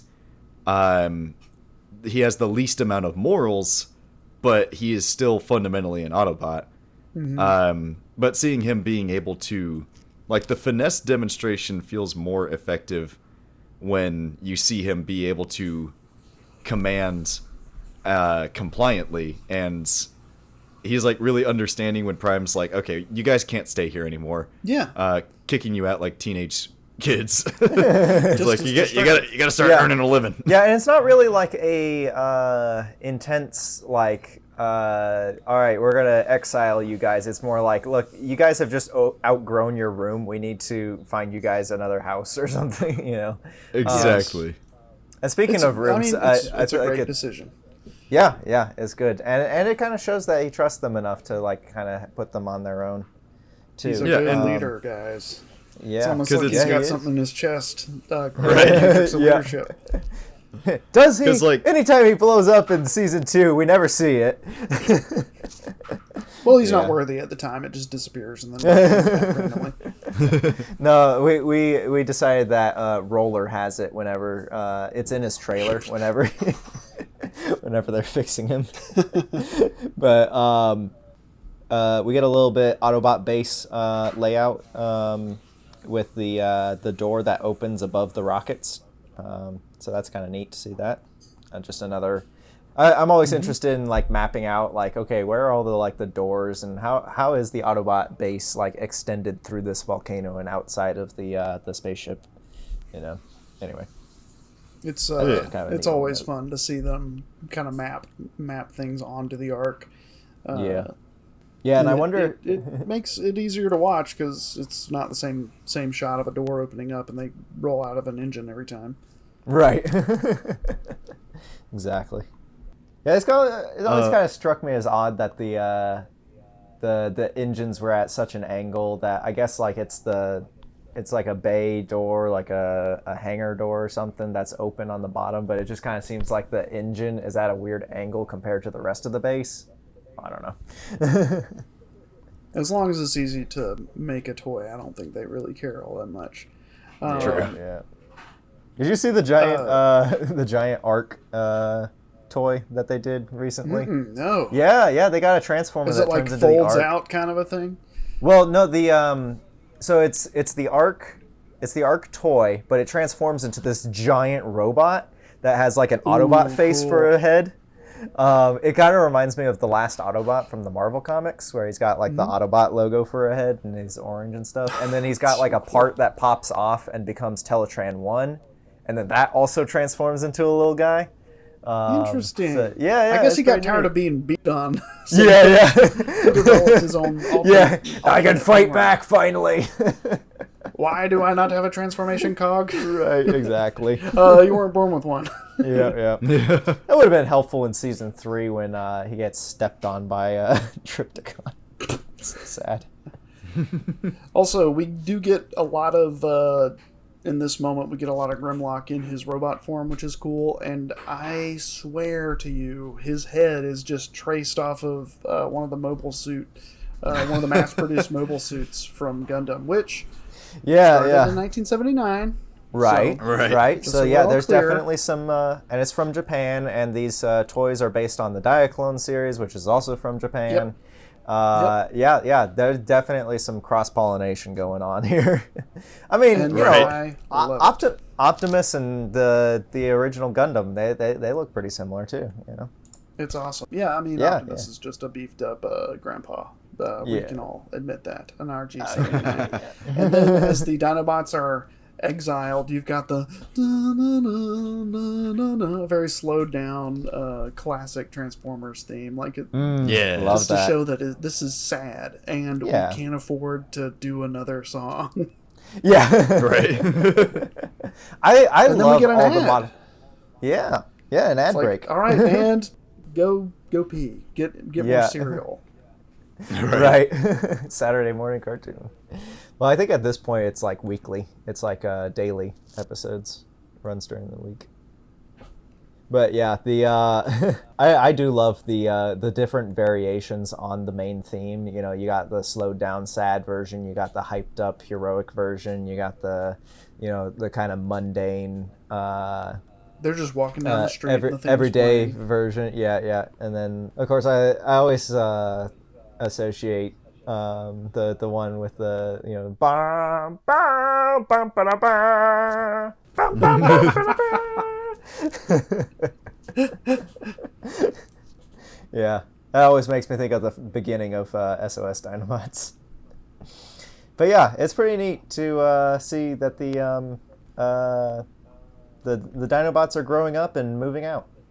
Yeah, which begs the question of, like, how old are the Dinobots? Like, we've seen them before. Why were they based on I don't remember why they're based on dinosaurs. So the episode SOS Dinobots, the Autobots find some dinosaur bones in the volcano, and Wheeljack's like, "That's sick. I want to make some robot versions of these." And Optimus is like, you know, that could be... No, he's like, robot dinosaurs could be useful. Let's learn more about this. And then they build them. So. Yeah, and then they just build them from scratch. They just build them from scratch. And and then for some reason, Wheeljack has the brilliant... one. That's not so bad. Yeah. And then Wheeljack says, you know, we made them less intelligent, just like real dinosaurs. Oh my gosh, are you serious? And he's like, why did you do that? What was the point? Okay, that explains why they can't read. Yeah. He says, it's funny. I guess it started as just an experiment to see what they could do with robot dinosaurs that could transform. And then as the episode went on, because he works on these brain things, because they retire them, Optimus is like, nah, that's too dangerous. And then Wheeljack creates these brain upgrades and gives it to the Dinobots, and they start speaking after that, and they're intelligent. And so it raises their intelligence. And over the course of several episodes, they start to become more intelligent, it seems like. Mm-hmm. But yeah, it's kind of weird that Spike says that line about, like, I'd write, but you guys can't read. Like, yeah, exactly. It seems like that would be a pretty simple thing for Wheeljack to program for them to read. Like, did he just not think about that? Or do Transformers just not read that often? I mean, there's one episode where there's this scribbly script on Teletran that they read one time, but... And I think there's another episode where they read, like, ancient Autobot carvings or something like that. But, like, I guess since they're robots, they can just kind of download information, so maybe they don't need to read as much, you know? I mean, they're Dinobots. They don't need to read. They're there to break stuff. Yeah, they'll be fine. Yeah. Which is why, I mean, that's why they get sent to Dinobot Island. And look, Spike, I get you want to see real life dinosaurs. I was a kid too. Oh yeah. Where is your dad? No, you're not taking my son to Dinobot Island. That's insane. Especially not with Power Glide. It just seems very irresponsible. Oh yeah. I love the scream that Spike does. We're going into the light. He's like, ah! The director is just like, okay, now Spike needs to fear for his life. So, hey, what's that over there? And guy looks away, looks back. The director's got a gun in his face. Now scream. Scream for me. Yeah. Look at those dinosaurs. I've heard the directors could be pretty intense on the Transformers show, but hey, they got some good performances out of it. I mean, everybody's really did. I mean, you got these just phenomenal voice actors throughout the whole show, and then they're just giving excellent performances. You know, a good 80%, and they're big names, 80 to 90% of awesome. the time. Yeah. Scatman Crothers cameo in this episode. Yeah. He plays Jazz, doesn't he? Yeah, Jazz gets some voice time in this. Yeah. Scatman Crothers plays Jazz. Just fantastic. Funny. Fantastic. Yeah. It's really neat. And for some reason, Soundwave is here. Why is yeah. Soundwave's just spying. He's like creeping around the outside of the base, you know. He's always spying. I guess he's got sound dampeners, right? That's maybe how he can get away with all this. Yeah. The reverse sound waves. He sucks them in instead of putting them out. But yeah, like I wonder if because I think it's in one of the pilot episodes, More Than Meets the Eye, where he sneaks into the base. He's like sneaking up to the base, and then he transforms into his cassette mode, and Spike, or the cassette player mode, and Spike picks him up and takes him inside. Which is like, okay, so they can change shape, great. They can change mass and size, so they break physics, he shrinks down. Yeah, that's fine. They break physics. It's fine. It's because they're made from Primus's essence. It's fine. It also just helps explain why scale is such a terrifying issue in Transformers. Nobody's ever to scale with each other. Right. In the cartoon, one moment somebody who's supposed to be taller than everybody else is just really short. But yeah, it's funny that like maybe Starscream just flies over and drops off the cassette recorder. Soundwave just falls from the sky to land next to the Autobot base or something. Who knows? Quietly, of course. Yeah. Laserbeak, that thing looks a lot like you, but it's not a bird. Go mess with it, I guess. Yeah, the Laserbeak versus the Pterosaur. Yep. I love That's that pretty neat. so much. Yeah. I like the line where Spike's wondering if the bird is going to hatch battleships out of its eggs, and it's like, how did this dinosaur even lay those eggs? It's twice as big as itself. They're giant. And Spike doesn't know the difference between predators and herbivores. Yeah. I wonder. In his defense, he's being hunted to death in this episode. Yeah. So he escapes from one dinosaur and just gets attacked immediately by another dinosaur. It's so funny. I wonder if that one flying dinosaur, though, like just stole that nest, like it was some other creature's eggs up there, and then like it just stole that nest or something. Yeah. He's very hungry. Kind of neat to see that. What's it called? Like a Demetrosaurus or something like that. It's one that doesn't show up a whole lot because it's not a pterosaur. It's got that like little T-Rex head on it. It's a pterosaur with a T-Rex head. But it doesn't show up in pop culture all that much. Though I think they did make an appearance in one of the Jurassic Park movies, one of the new ones, Jurassic World or something. That would be fun, and they don't do that in those movies. Yeah. They do whatever is going to make the most money. Yeah, of course. So Spike's just being a giant dork. This entire episode, he's basically useless. He should not have been left here. And then, what should happen? Decepticons show up. Of course. Oh, yeah. Of course. Like, a natural resource? Let's plunder it. Yeah. There's a weird little, like, you can read it into it as this, like, colonialism angle on, like, 100%. Plundering the untouched natural resources and ruining the planet. Yeah. This episode's a little global warming issue too. Yeah, there's an eco message to these two episodes and several others, but it's not really like the main focus. It's more of just like subtext sort of thing. They're going if the Decepticons finish this, they're going to raise the temperatures of the world's oceans by 1 degree on average. We'll buy up all the land in Florida and then sell it and everyone moves. Wait, no, that won't work. We'll put our giant Decepticon base with the huge Decepticon logo and call it our secret base. All right. Here's another really obscure reference. We'll buy cheap and then sell it high. For anybody out there who remembers Jonathan Park. Yes. Oh my gosh. Wow. Talk about a time warp. Yeah. Time warp. Yeah, if we had time warps showing up whenever an ecological disaster was happening, I think people would pay attention to the environmental problems a lot more. I agree. If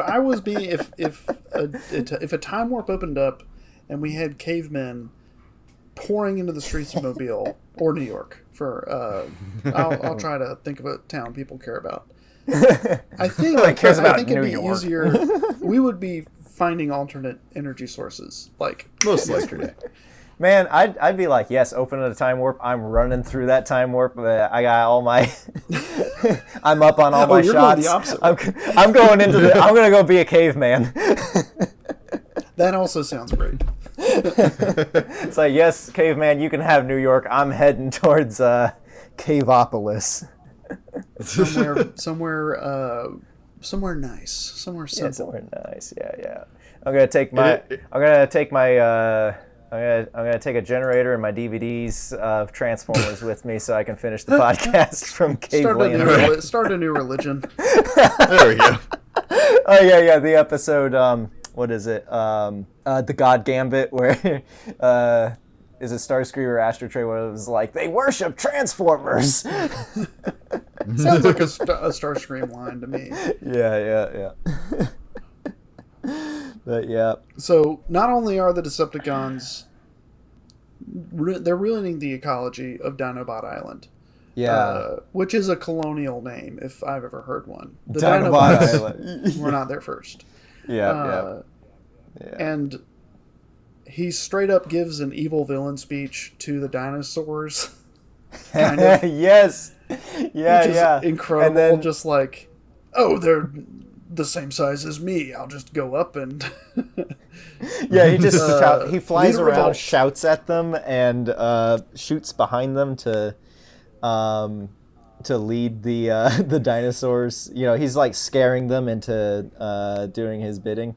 But we didn't talk too much about the Dinobots are just kind of left to their own devices. I think it's weird that one of the Autobots wasn't left on the island to train them. They just said, Grimlock, you train your Dinobots, and then Grimlock's training regime is just so-and-so, do what you do. Special okay, move. do it better. Special move.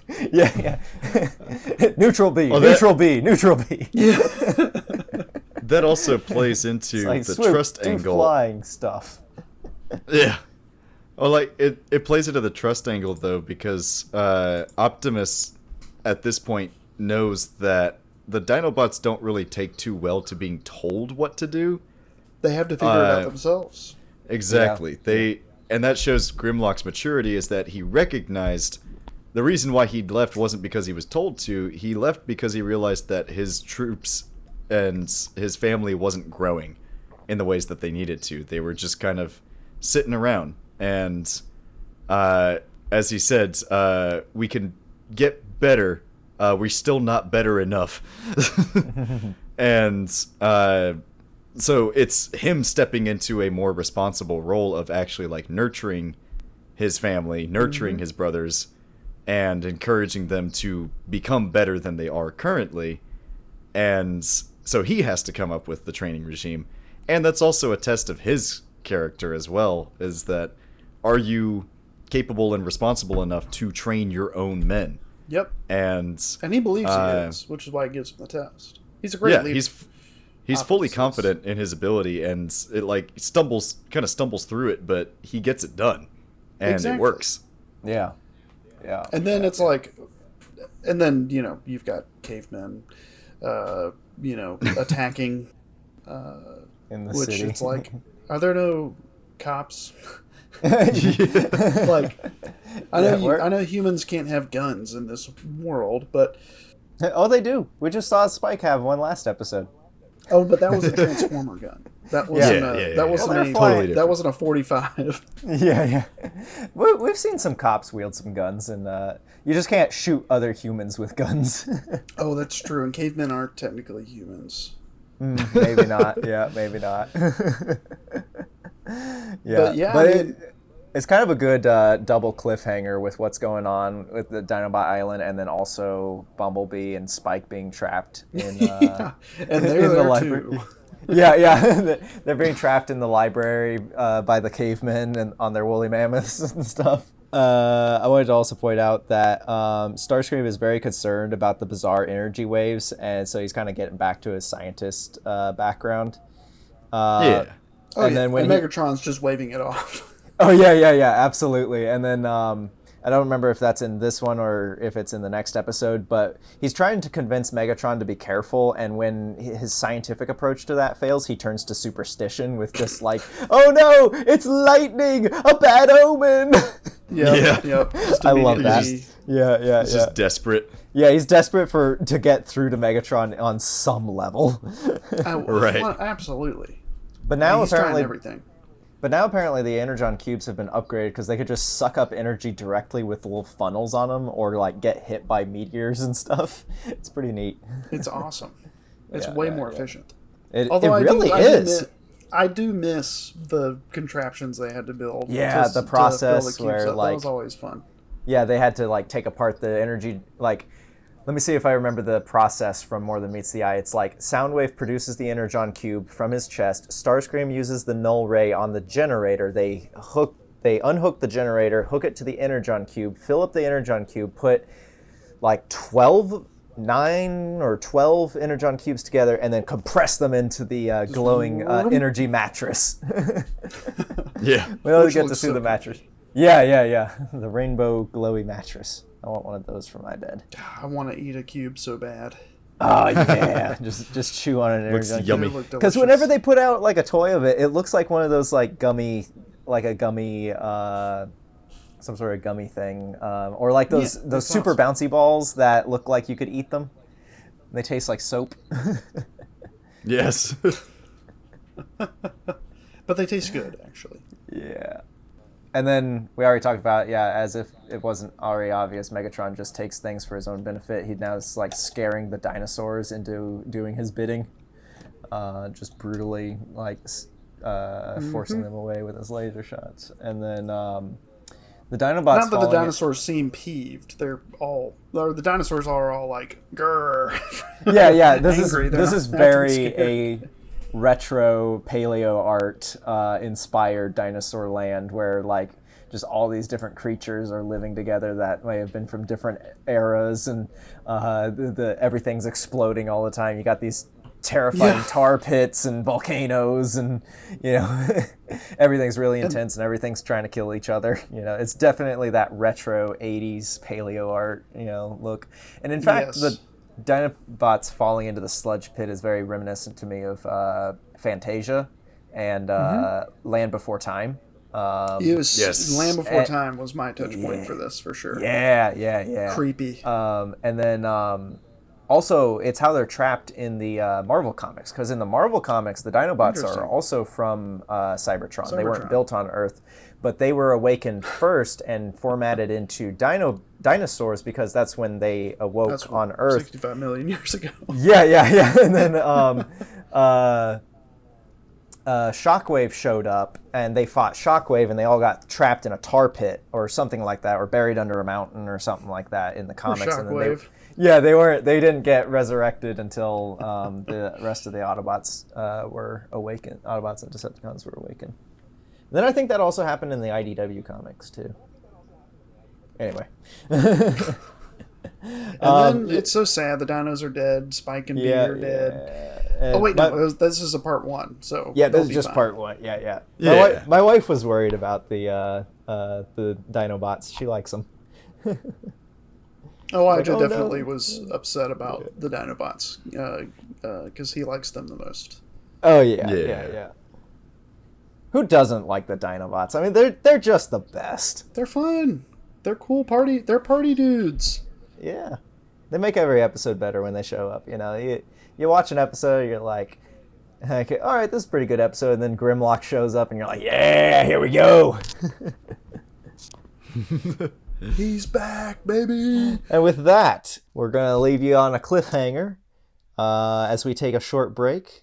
And then when we come back, we'll discuss Dinobot Island Part 2. Same podcast time, same podcast channel. And we are back with Dinobot Island Part 2.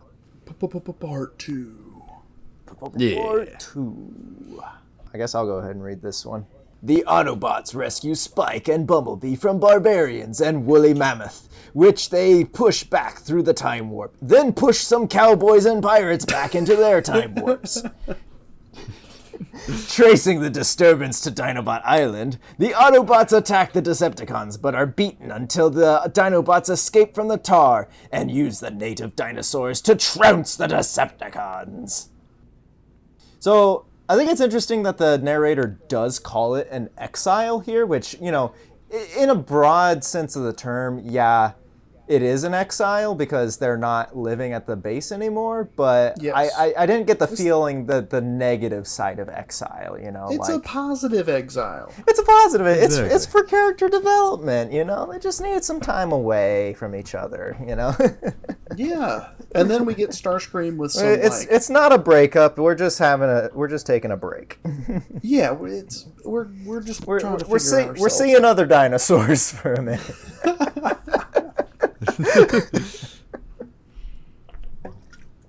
We get a pretty. I love the narrator for this. I wonder who it was, but I believe his name's Victor Caroli. Oh, I have a nude child. Oh, hello. Hello there. Opal, say hello. But it goes right into Starscream being a scientist.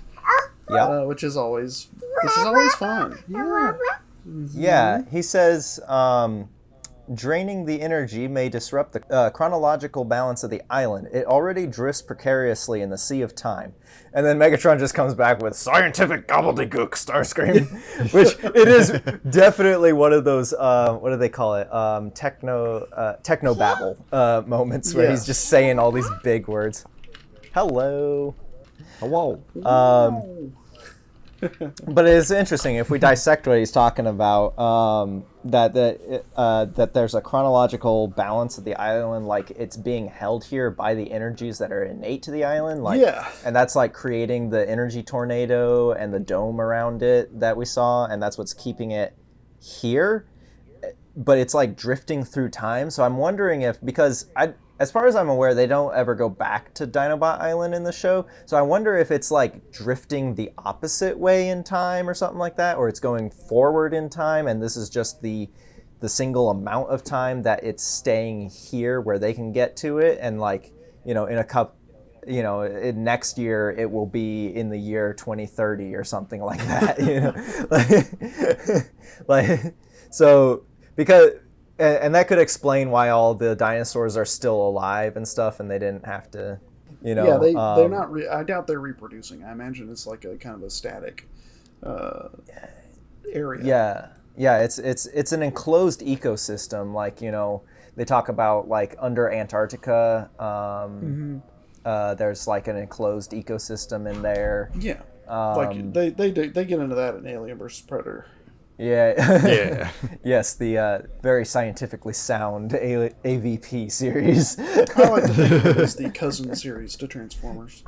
Yeah. I'm sure there's a crossover with Alien and Predator somewhere, and or you know, it's like a 7 Degrees of Kevin Bacon, you know, sort of thing. Like, you know, Transformers has crossed over with somebody who's crossed over with AVP at some point or something like that. You know, like I don't know, at some point, at somehow, definitely. But also in the Marvel comics, there's like the Lost.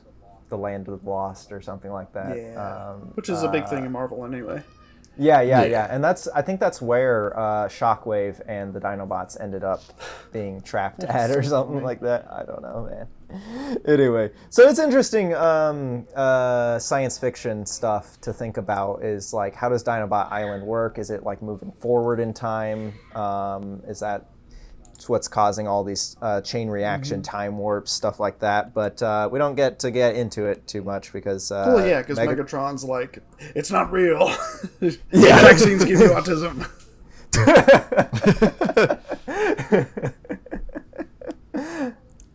And then we get the Optimus being updated on the situation, and Sparkplug's just sitting there, and I feel like his brain should be melting out of his ears. What's happening? Time warps? I love that bit about like 2 time warps. Yeah. But Optimus just assumes right off the bat that the Decepticons made the time warps, even though at this point he has no evidence for that, because he doesn't even know that the Decepticons are on Dinobot Island. True, but the majority of problems on Earth are caused by Decepticons at this point. Exactly. There's literally a line in, I can't remember which one it was, but it says, Spike says, "You always think that it's like, do you think the Decepticons were up to something?" And Prime responds, "I always think the Decepticons are up to something." Yeah, that's getting back into what we were talking about in the Insecticon episode, where we're talking about like Optimus and Megatron are always getting inside each other's heads, and then like, you know, if they did do a crossover with G.I. Joe, it would help make the world feel a little bit bigger. Like, you know, sometimes the Autobots have to help fight Cobra, and sometimes G.I. Joe has to help fight Megatron or something like that. Yeah. Well, in the new Energon universe, they get into that, and it's really interesting. But that's not what this podcast is about. Right. Maybe one day we'll get into comics and stuff. But we've Energon got universe is so good. I was gonna go and read it, and then something happened with my Hoopla account, No! and I wasn't able to get in. I was like, man, because everything I've seen from it, it looks so good, and I can't wait to take a crack at it. But the kind of like how these, we got a lot of cavemen cartoons to get to. I mean, they're cracking skulls in this. Mammoth Bro, kills someone at some point. Yeah, I have always, since I was a child, wondered, like, was that blood? Because the mammoth, like, steps on the newsstand, and there's, like, I don't know if... Because normally, if it's explosion of, like, you know, like, maybe that's some smoke that's supposed to go up, but it's a newsstand. What else could it be? Yeah. He's not stepping on watermelons. Oil. It's not oil. It's certainly not. It's not ink. It's not it's not like a food stand where he's stepping on like watermelons and they're exploding or something. That mammoth killed a dude. Yes. It just explodes blood up out of the newsstand just by sitting on it. And then also there's one that steps on a car and it makes the same effect come out of the car, and I'm like, was that blood? So, are they first people like grapes? We got our first unconfirmed human casualties. First of many. There's so many things throughout where you could assume, you know, like me and Hayden always joked about casualties implied, you know? Yes. But this one is like the first like confirmed, unconfirmed casualty where we see blood going up. Right. It's really impressive to see them actually like commit to the collateral damage in this scene. Yeah. Also, I love that the barbarians look like they're straight out of He-Man or something. I know. My wife like, she asked why they are pasty white Vikings. Yes. From Hyperborea or something, like, you know, Conan style Vikings. Yeah. Yep. Well, I mean, if they're riding woolly mammoth, they're probably from up, you know, the northern regions. So I suppose they Russia would have and lighter North America. skin tones. Yeah. Maybe. Maybe, but maybe not that Caucasian. Yeah, I have a geology background, unfortunately. Yeah. I can't comment. Yeah, I have a film and television background, so I don't.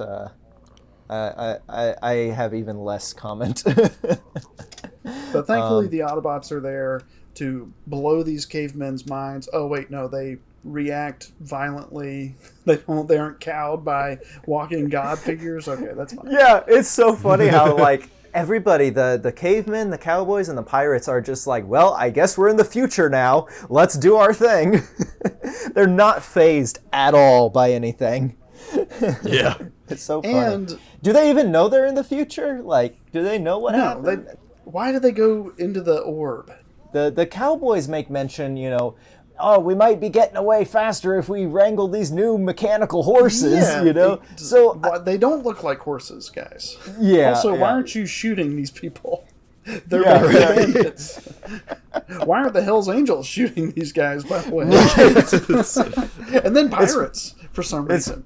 Yeah, the pirates too. Yeah, I think it's funny that the biker gang, like, they're so cool they never even say anything the whole time. It's awesome. Yeah. I will say about the I love the The absurdity. language of the barbarians is probably the superior form to any language that we could possibly have.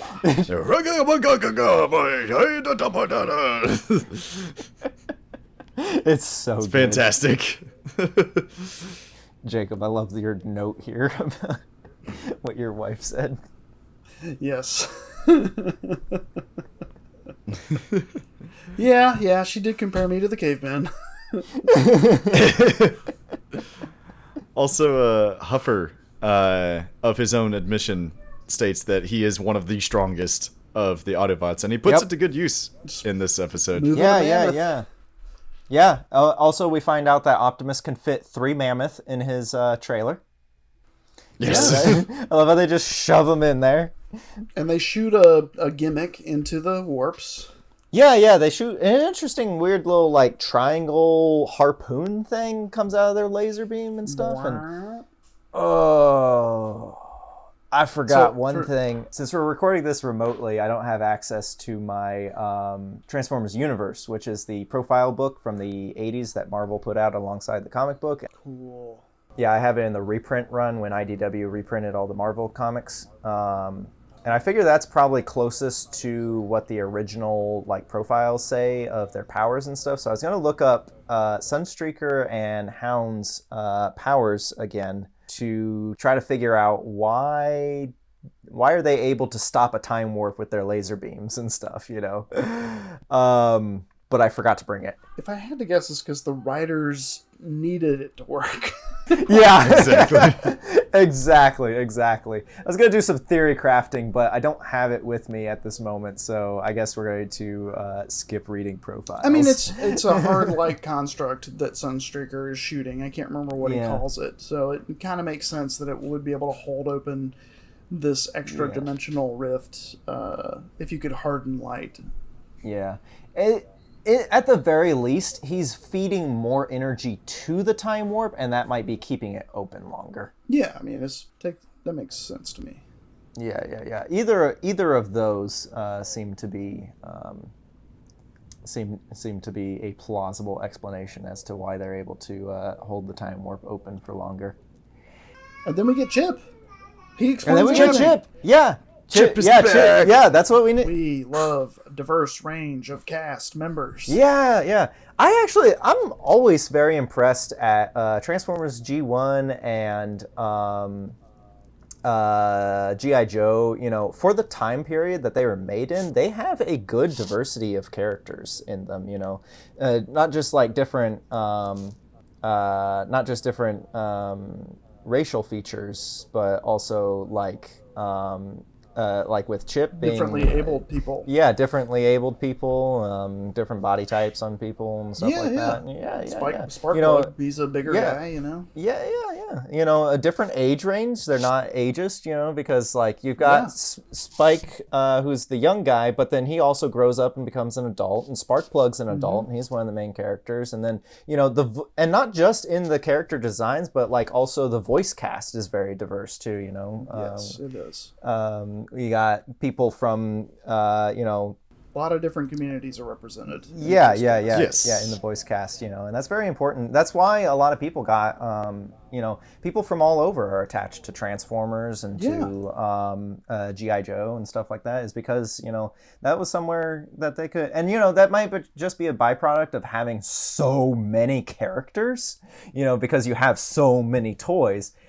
But it's just great to, you know, have that kind of representation, and you know, even if it's not the best representation, sometimes it's still representation. It's something. You know. Yeah. Exactly. You know, And like, obviously, it's driven by the desire to sell toys to those right, communities. as many different people as possible too. Yeah, you know. So there's the cynical outlook to it, but there's a positive thing that comes out of that as there's well. a positive outcome for sure. Right. And the guys actually making the show, not the executives, are the ones that think about this sort of stuff.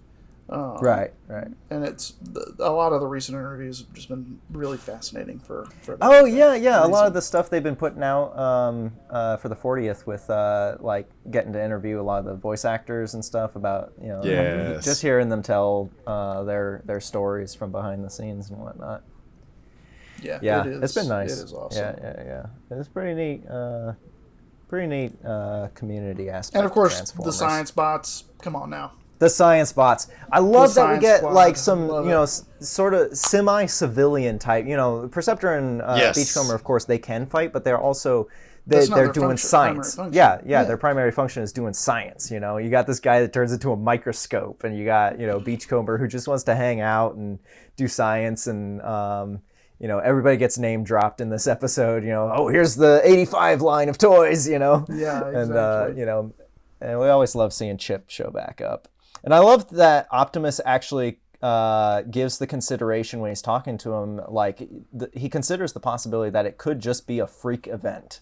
You know, he's just like, maybe it didn't have anything to, you know, we didn't see any Decepticons there, so maybe it's just a freak event, you know?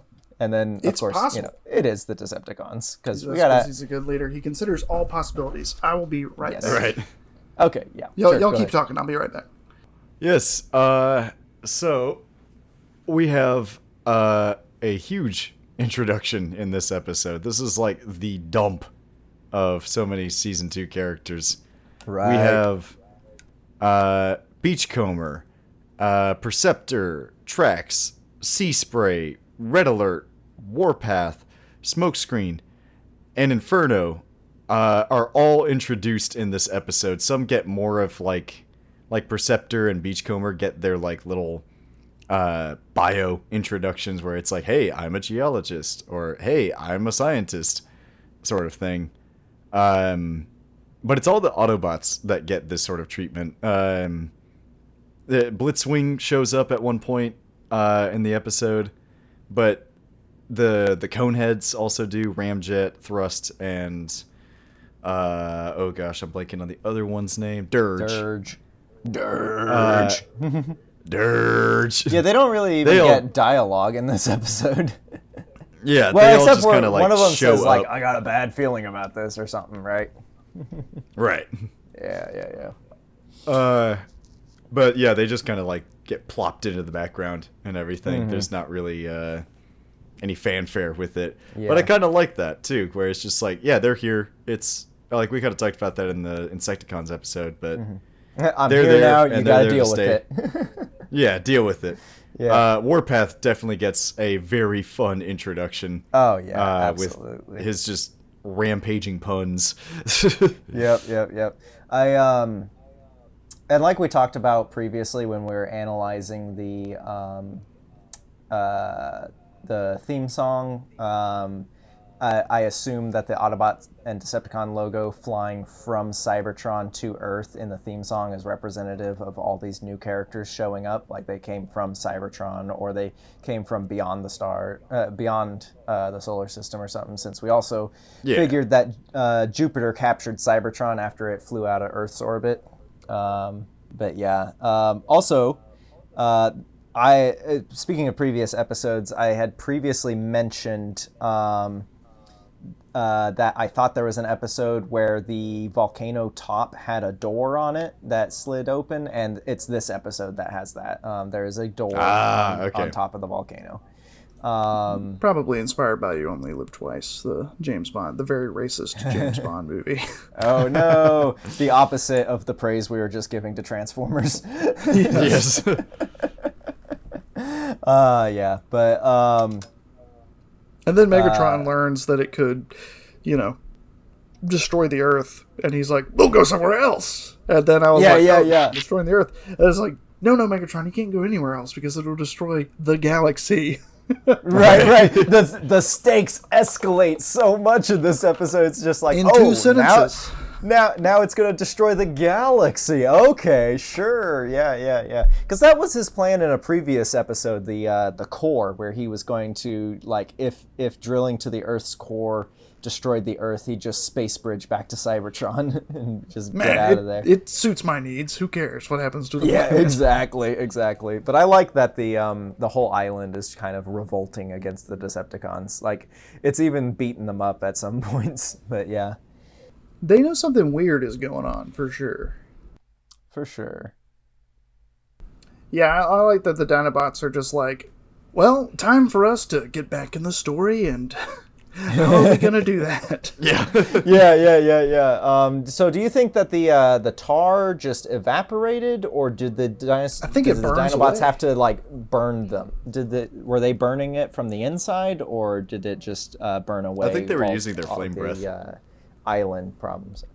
They were using I know they were using the flame breath to get the rest of it off of them, but I mean, like, when it all evaporates, do you think that was them using their flame breath, or do you think that was the island just evaporating? I think they were using their flame breath. I mean, they show them breathing out fire at one point. Yeah. And if you think about it, that's them learning the Autobot solution of solve a problem by shooting it. Yes. Yeah. Let Primus sort it out. But also, learning from the Autobots, I really like that, in contrast to Megatron, Grimlock works with the dinosaurs to defend their mutual home. And he goes up and starts to communicate with them like that. There's that little beeping thing inside his mouth or whatever it is that... Random gimmick. I don't know if he's like... hypnotizing them with that, or if he's like actually communicating to the dinosaurs, which implies that the dinos are more intelligent than we give them credit for. Yeah, like, I mean, he's operating the same way he's seen Optimus Prime operate. Yeah, which is like interface with the local wildlife or civilization on their terms. Yeah. The Decepticons are just blasting away at the Autobots on the ground. It's really funny. They're just laying there and just getting shot a bunch. Yeah, it's awesome. Yes. But before that, it's a pretty neat... yeah, they're just charging. But before that, we get a pretty neat beach fight, kind of like Iwo Jima or some sort of, Pacific theater type warfare going on, World War II. Yeah, it feels like they're playing to the strengths of their alternate forms. Yeah. Where is Dinobot Island? Is it in the Pacific or is it in the It's got to be in the Pacific. It feels very Pacific. Yeah, it coded. does. That's probably why they need the jetpacks. Yeah, to get there. I mean, the volcano they're in is supposedly Mount St. Helens, or Mount St. Helena or something like that. Yeah. So they're on the west coast-ish. And the I think it makes sense to be undersea Pacific. base, is in the Pacific as far as we know. But yeah, it's also very toy commercial with all the names and powers being tossed around, and hey, let me check out what I can do and stuff like that. And we put Beachcomber on a beach. Whoa! Yeah. Impossible. And you get to see the Dinobots really wrecking house, which is cool. Oh yeah, get thagomized. Yeah, I had that same thought. I was like, do I explain to Elijah what a thagomizer is? Nah. I'll just say he can enjoy it. Ratchet calls a Decepticon Chrome Crumbs, and then refers to the group as Decepticrumbs, which is great. Yeah, Decepticrumbs is always the best. I love that. I love it. Yeah, all the weird puns on names that they do. That's why we got a whole section about it later on. But then, speaking of calling them names, Grimlock just serves Megatron all the bumper on, like, when he comes back, Megatron's like, "Oh no, I saw you destroyed. This is impossible." And then Grimlock just comes back with, "Ha! You wrong. You ugly too." Bird of the century. Just getting right to the point. My wife and I, she said, "Wait, rewind that." We listened to it again and just cracked up laughing. It was so funny, awesome. man. Rightfully so. I love when Megatron just gets dissed. Oh yeah, good, so good. And like he's very vain. He's vain, but he's not vain. Is like front facing his start screen. Right. But I just love that. It's so it's like poetry. It rhymes. That Megatron used the dinosaurs to fight the Dinobots, and then the Dinobots used the dinosaurs to fight the Megatron, and they just wrecking house. It's so good. But then they blow up the cubes, and it just kind of goes back into the island. Yeah. That's how energy works. Yeah. It can't be created or destroyed, and it also can't just blow up. It has to go back in a cinematic way. Right, Yeah. right, yeah. I think that's kind of funny. Like, you don't like go and it kind of undermines the ecological message of the episode. They don't go back and fix the problems that the Decepticons created. They Yes. just blow up the cubes and it just magically goes back to where it was. Right. But we learned how to be not clumsy. Yes. Good job, Dinobots. Well, it also feels like this island's already kind of like outside the flow of time. It's got this energy storm around it, and then when it gets released, it feels kind of like mystical in a way. Yeah.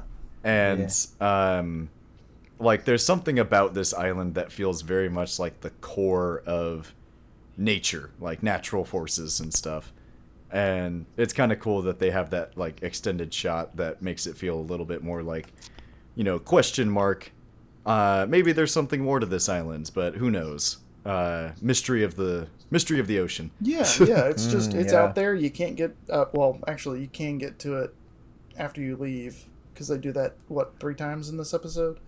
Yeah. Yeah. But you can't go there 4 times. You have to, yeah, because then it'll be in 2030. Yeah, exactly. It'll take you forward in time. Yeah,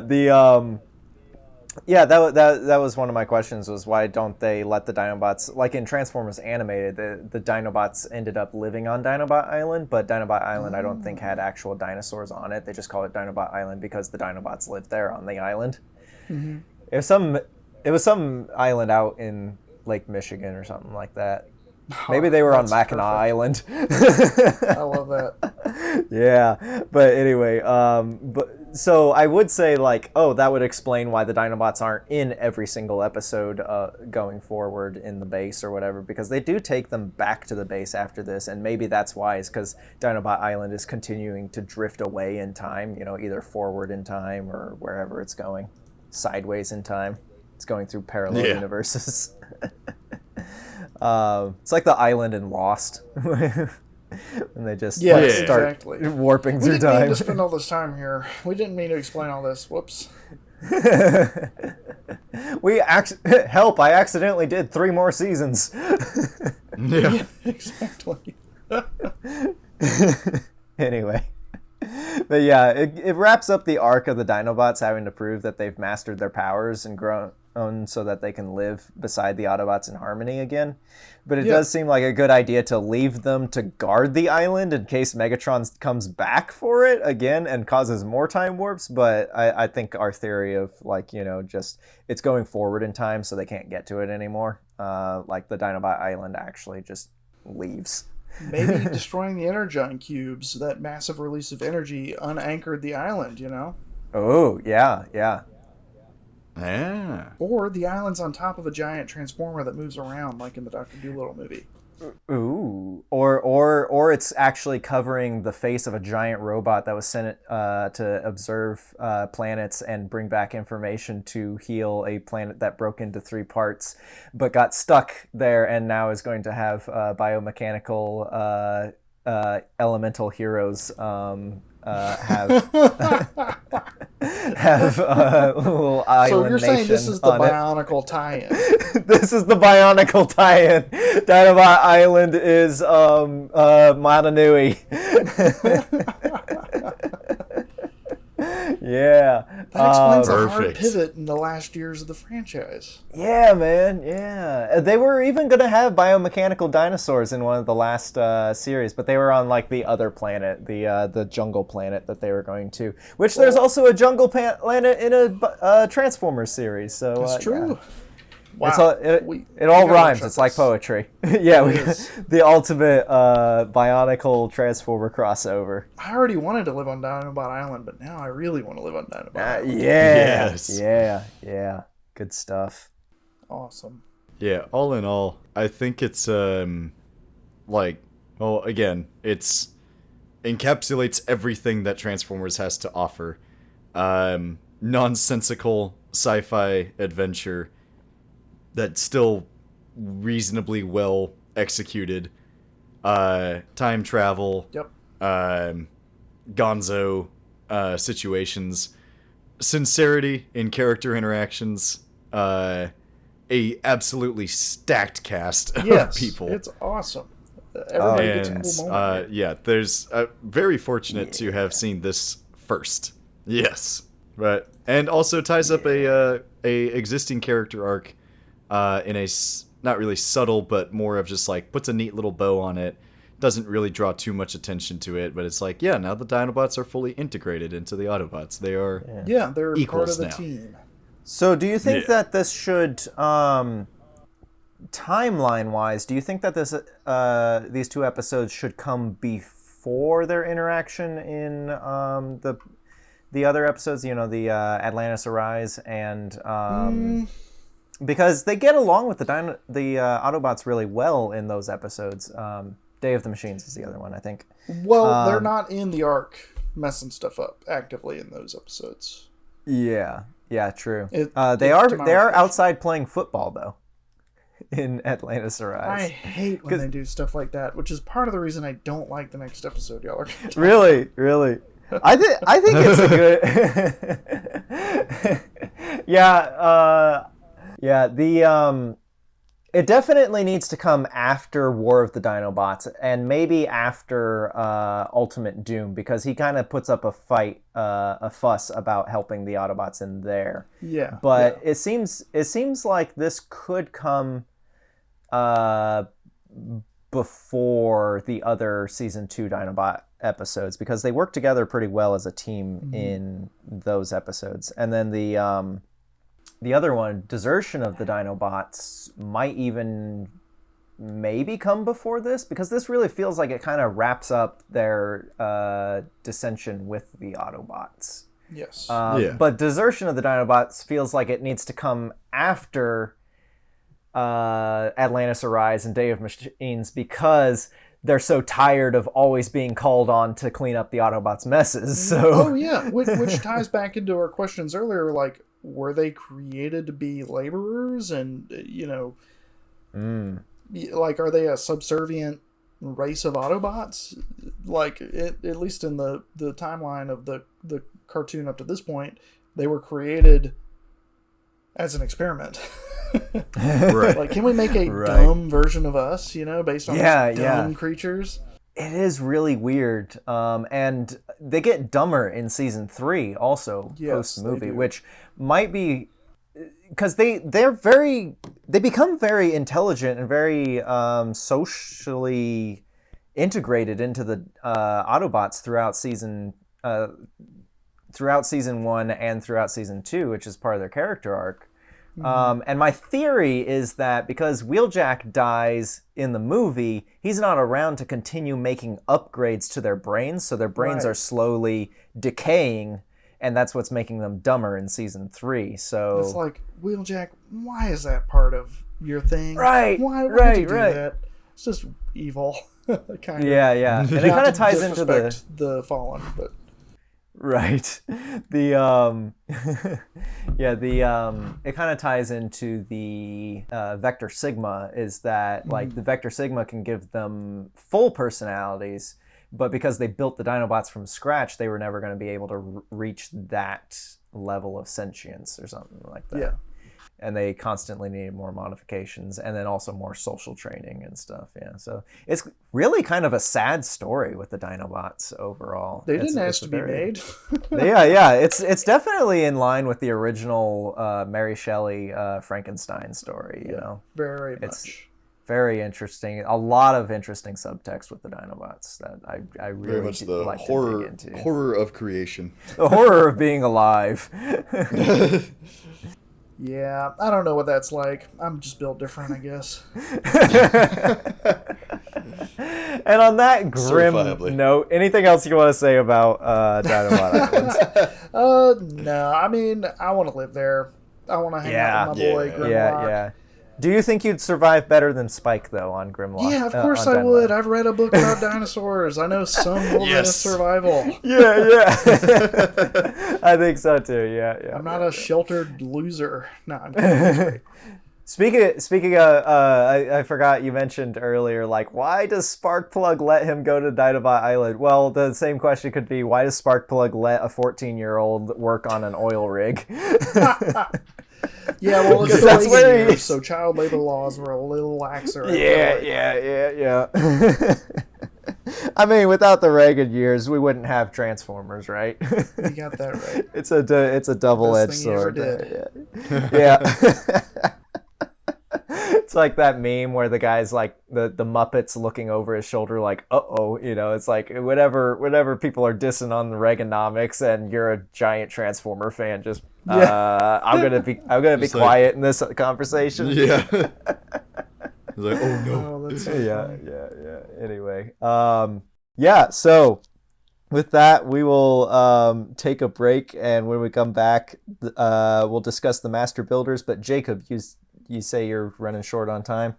Yeah, and I don't like British Autobots, so I really I feel very biased talking about the episode. Okay. I mean, if you want to go ahead and give us your complaints about the next episode, and then we'll. Okay. Bottom line. If Optimus is going to be playing basketball, he needs to be playing basketball with, say it with me, the team that does the goofy basketball stuff. What are they called? the Globetrotters, the Harlem. The Harlem Yes. Globetrotters should have been special guest Yes. stars. Yeah, Optimus yeah. playing basketball. Oh, that'd be so good. You don't need Pace Spike showing these guys how to work stuff. He works on an oil rig. He doesn't know how to play basketball. I'm sorry. Exactly. Not well. He's not good at it. And like I said, I don't like British Autobots. I'm not going to elaborate on that. Yeah. Okay. Yeah. As much as I love the Constructicons, they got smart all of a sudden. Like, they got sneaky and smart, and I was just like, okay, whatever. It's a fine episode. I can't get past the English stuff. Why are they English? I just don't get it. And I don't know. It's Optimus is totally turned off in the episode. Like, what are we even doing? Okay, yeah. Yeah. He's got such a tight leash on the Dinobots, and then he's letting these aristocrats do whatever they want using Autobot resources. It's crazy. It's insane. But I've Fair had enough. a blast. I wish I could stay for the rest of the discussion and just you guys could just listen to me going ugh in the background. Good Lord. Yeah. I hate this guy. 1776. Oh, I don't like that. Yeah. But it's been a blast, and thank y'all for letting me join you in the Yeah, journey. Jacob, Yeah, it's Thank been you. so much fun having you on. This has been a lot of fun. And yeah, when it comes around to season 3, you're totally welcome to come back. I think we're having like just, each guest, you can come back. You can have an episode each season or something like that. Sounds great to me.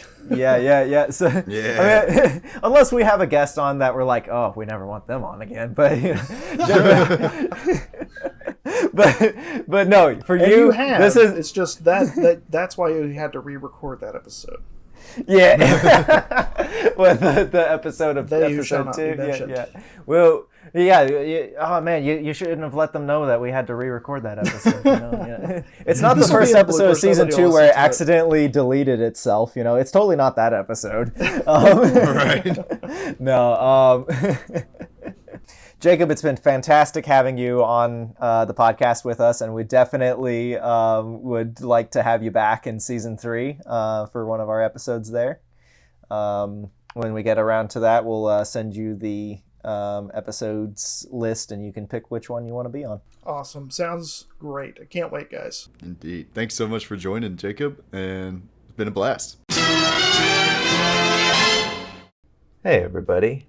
Congratulations on making it through part 1 of episode 9 of BroBots in Disguise. Since Jacob had to leave and Hayden and I talked for almost an hour, I think, about the next episode, we decided this would be a good place to break the episode in half. So stay tuned and join us very soon for our discussion on the Transformers episode, The Master Builders, and as we discuss our segments. And then when it gets to the cliffhanger question section, we did go ahead and record Jacob asking Hayden a cliffhanger question. So check that out near the end of part 2. Until then, we hope you have a wonderful time, and we'll see you at the next episode of our podcast. Bye.